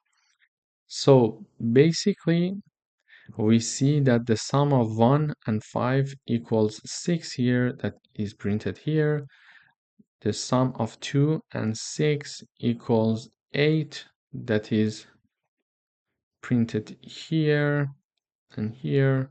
So 3 plus 7 equals 10, which we have, and 4 plus 8 equals 12, which we have here, and we wrote the details 6, 8, 10, 12 here as well. And here we're just printing the matrix. So in this lesson, we learned how to declare two-dimensional arrays that are having 2 rows and 2 columns and how to calculate their sum. We analyzed a nested loop here that is assigning the values uh, based on the summation of the first matrix and the second matrix, row by row, column by column, to the third matrix, which is the sum. And then we learned how to print the final matrix that is called sum. Thank you for watching. Hello everyone, welcome back. In this lecture, we are doing a coding exercise regarding two-dimensional arrays. So we would like to write a program that stores marks of 3 students in 4 subjects and calculate their average mark. So when we have 3 students, it means that we are having 3 rows, and each row is corresponding to different marks in different subjects. So we are having 4 subjects, like 4 rows here. So the first row, first subject, means the first subject of the student 1, the second subject of the student 1, third subject of the student 1, and the fourth subject of the student 1. Second row corresponds to the student's 2 mark from the first subject to fourth subject, and third row corresponds to the third student from the first subject to the fourth subject. So this is the uh, matrix or two-dimensional array that we have here of integer type, and there are 3 rows here, as you see, and there are 4 columns here, as you see it here. So this is the declaration and definition, and we would like to calculate the average mark of the first student, then the average mark of the second student, and then the average mark of the third student. In order to do that, we are going to use a nested loop, because we learned if we are going to iterate over the data of a matrix or a two-dimensional array, we need a nested loop. The outer loop will work as we are iterating over the rows, and the inner loop works like we are going through the different columns here. So we have 3 rows starting from 0. We are going to have the first row, second row, and the third row. So I is going to get value between 0, 1, and 2. So 3 rows. Then we are having the inner loop, which is starting from 0 going to until j is lower than 4, meaning that it's going to get value of 0, 1, 2, and 3, meaning that there are 4 subjects. After the outer loop, we are initializing and declaring an integer called sum, where we are going to store the marks of each students individually. For example, so when we start I equals 0, meaning that meaning that we are discussing the first student. So, and j equals to 0, it is going to put the sum will be equal to sum plus marks 0 and 0. It means that sum equals 0, because initially it was 0, plus the first row and the first column, meaning that the first subject of the first student. So it is 85. Okay, so the sum equals 85. Then I still equals 0, meaning that we're still iterating over the marks of student 1. However, we are going to discuss the second subject of the student 1. It means that sum equals sum plus marks 0 and 1. It means that sum equals already from the previous iteration, we calculated the value of sum, so it was 85. So here it is not 0 anymore, it is 85, plus the first row and the second column of the matrix marks, which is the first row and the second column, first row and the second column of the matrix marks, which is 90. And doing the math, we see that 90 plus 85 will lead to having a sum equals 175. And then we are having I equals 0, still discussing student 1, j equals 2, sum equals sum plus marks 0 and 2. It means that sum equals 175 that we calculated in the previous round, plus the first row and the third element. So first row and the third element of the matrix marks, which is 78. So by adding this, we get to the number of 253. And finally, here I equals 0, student 1 still, j equals 3, so sum equals sum plus marks 0 and 3 means that sum equals 253, which is calculated in the previous round, and the first row and the fourth column, first row and the fourth column, which is 92, is calculated here. So 92 will lead to have the overall sum of 345. So at the end of the inner loop that j equals 3, here we saw that the value of sum equals 345. Now the inner loop is finished, because if j is increased by another value, j will be equal to 4, and 4 is not lower than 4. Therefore, it does not pass this condition. Therefore, it's not going to enter this inner loop one more time. So now the value of sum is calculated to be 345. This inner loop is finished, but before going up to increase the value of I by another time, by another one value, we are going to calculate the average of the student 1.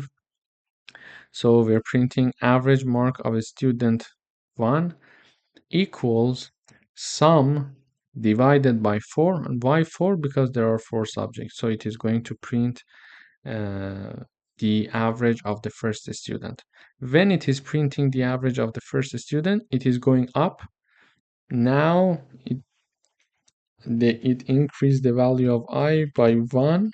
So I equals 1, meaning that we are calculating the second student marks, and j equals 0. Then again, I equals 1, student 2, j equals 1, etc. until j equals 3. Then we calculate the average of the second student, and then we again increase the value from 1 to 2, meaning that we are discussing the third student. So j starts from 0 and goes until it is 3. Here again goes until it is 3. So then we are calculating the average of the third student as well. So let me compile. Okay, great. So here we saw that the average mark of the student 1 is 86.25. The second student is 84.75, and the last student is 89.5. So we learned that this is a declaration of a two-dimensional array or a matrix that has 3 students, each are having 4 subject marks. we iterated over each student. The outer loop is for rows and the inner loop is for columns. We calculate the sum of each row corresponding to each student marks. When we had the summation here in the end, we calculated, we divide the sum by 4 because there are 4 subjects here, and we print the average of the first student. Then the inner loop is finished. The inner loop is finished. The value of we go up again and we increase the value of I by 1 value. So I previously it was equals to 0, now it is equal to 1. 1 lower than 3, yes, enters. It reinitialized the sum equals to be 0. So now it is 0. We are concerning the solution for the second student. It is 0. We're starting from 0 again. And then j goes from 0 to 3 and storing the sum of the 4 marks of the second student, then calculating the average here again, and the same again goes for the last student. So it was a very good example to learn how to work with a two-dimensional array and how to calculate the average of each row. In an example, we calculated the average of marks of 3 students, but basically we were calculating the average of each row. So as you see, it is very useful and it is very nice to use C++ to do that for us. So if you have some time, please go ahead and do some practices. Do this practice several times, the very same practice several times. So you will get used to the syntaxes, and also you will get used to finding where the errors come from, so you can improve from there. And in case you haven't had the chance to rate this course yet, please go ahead and do it, because it would be beneficial for us and other people can recognize this course if you find it valuable. And also, we would appreciate if you give us some constructive feedbacks on this course. It will help us to provide a better course in the future for future students. Thank you for watching. Hello everyone, welcome back. In today's lecture, we are going to discuss multidimensional arrays beyond 2 dimensions. So we would like to write a program to store sales data of 3 departments, each selling 4 products over 5 months. And we are going to display sales of one specific product across all departments and months. So this information, 3 department, 4 product, and 5 months, show that we need a 3-dimensional array. And the array needs to be something like this. So the dimensions are like department, product, and month. To do that, we initialize the array. In order to initialize and declare a 3-dimensional array, this is the name of the array, this is of the type of the array, and we see here there are 3 dimensions. The first dimension is for the number of department. The second dimension is the number of products, and the third dimension is for the months. So here we see that the first department is discussed here in this part, then it is separated by a comma. Another department, the second department, is discussed here, they separated with a comma from the third department. So this is the first dimension. The second dimension is the number of products, that are 4. Therefore, we are going to have, in each department, we are going to have 4 rows. Each row is representing one product. So again, here we are having 4 rows.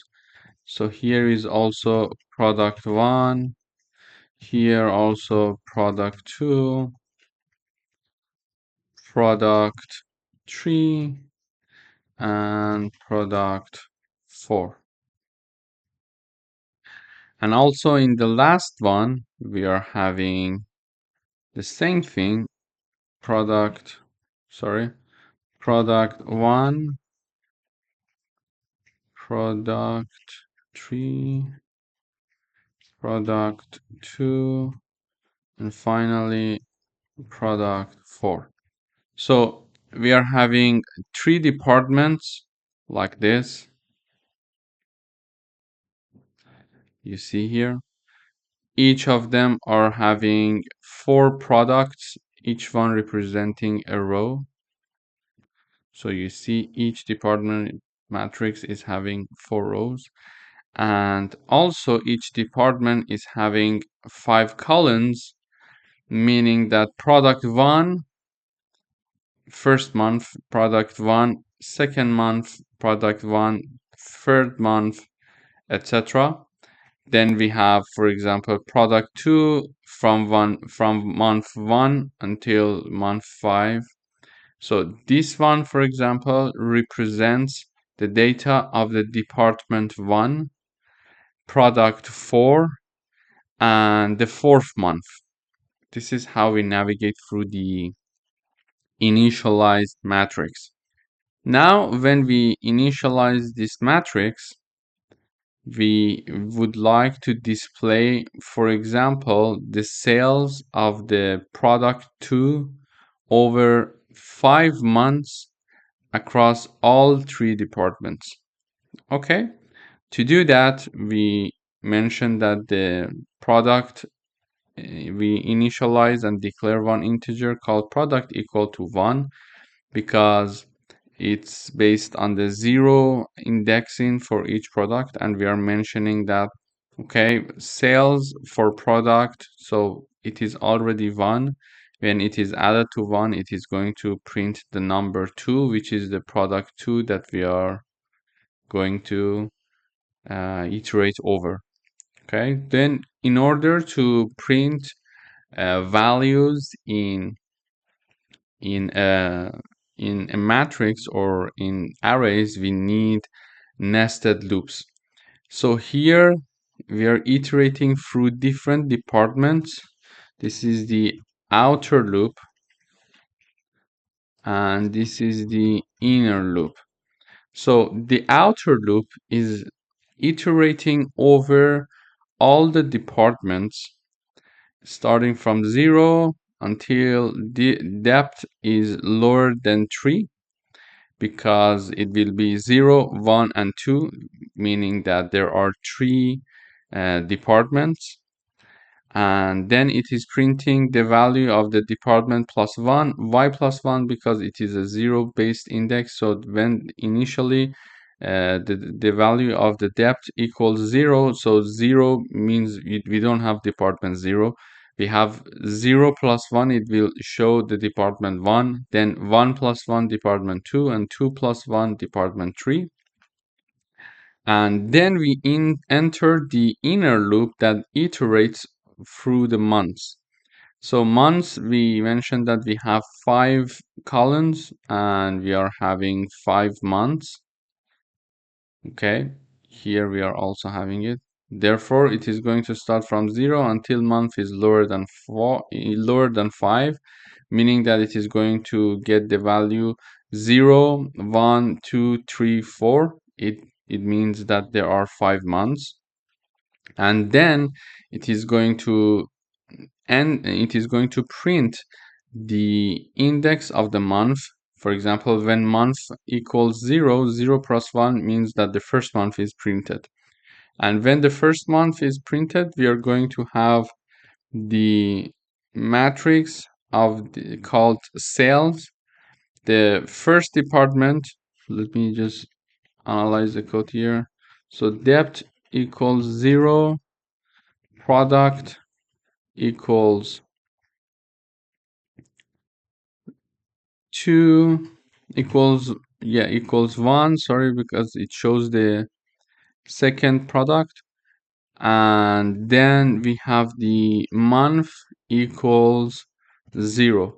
So basically, when we reach here in the first iteration, we are having these values, and when having these values, it means that we are going to have the matrix of sales in the first department, second product, and the first month. Then still dep equals 0, product equals 1, month equals 1, sales will be 0, 1, 1. So it is going to get the value of the matrix sales, the first department, second product, and the second month. So this value corresponds to the first department, second product, first department, second product, and then the index of month is 0, meaning that the first month. So it is going to print 20. Here it is going to first department, second product, and the second month, means that it is going to print the value 22. And then it is going to continue until dep equals 0, product equals 1, and month equals 4, and it is going to print the value of the first department, second product, and month 5, which is 28. After this has been done, so the inner loop has gone through all the months from 0 to 4. From 0 it starts and ends to 4. And then it is going, now it's the time to increase the value of the depth. So now depth is equal to 1. Still product equals to 1 because only the second product is being discussed, and month equals 0 to 4 again, and then we go for the depth equals 2, product equals 1, and month equals 0 to 4. So this way we are iterating over all the departments and all the months of the second product. So we are basically printing all the values of the second product over 5 months in 3 departments. Okay. So now let me run the code and see how it works. Okay. So as we see here, we have the first department, second product over 5 months. So it is 20, 22, 24, 26, 28, 20, 22, 24, 26, 28, and this is the first department. Then we have the second department, exactly like the second product, and we have the third department as well, which equals to the third department here. So this is how we are obtaining the data. Now, as we see here, we are having a nested loop consisting of 2 for loops. If we were going to iterate over all the products, we should have had 3 loops there. So 1 outer loop, 1 middle loop, and 1 inner loop to go through the departments, then products, and then months. But because the products was a constant here and we were only wanted the data for the second product, we consider it to be one integer value always equals to 1. This is why we don't have 3 for loops here. And this is very practical example. Please go ahead and do the exercise yourself, because for example, if you're in a sales department and you're doing some data scientist works, for example, you need to call all the data and store it somewhere to do some statistical methodology on the data. For example, this is how we can do it in C++, for example. So please go ahead and do the coding yourself. It is very important to get to know to the shape of the multidimensional arrays and how they work. And we could have, for example, a 4-dimensional array, adding one layer of complexity, for example, department, product, month, and then we could say store. So there are, for example, 2 stores, each consisting of 3 departments, and each department we're having 4 products over 5 months, for example. This is another layer of complexity. As you see, we can have multi-dimensional arrays to store data, complex data for us to be able to organize our data in a database. Thank you for watching.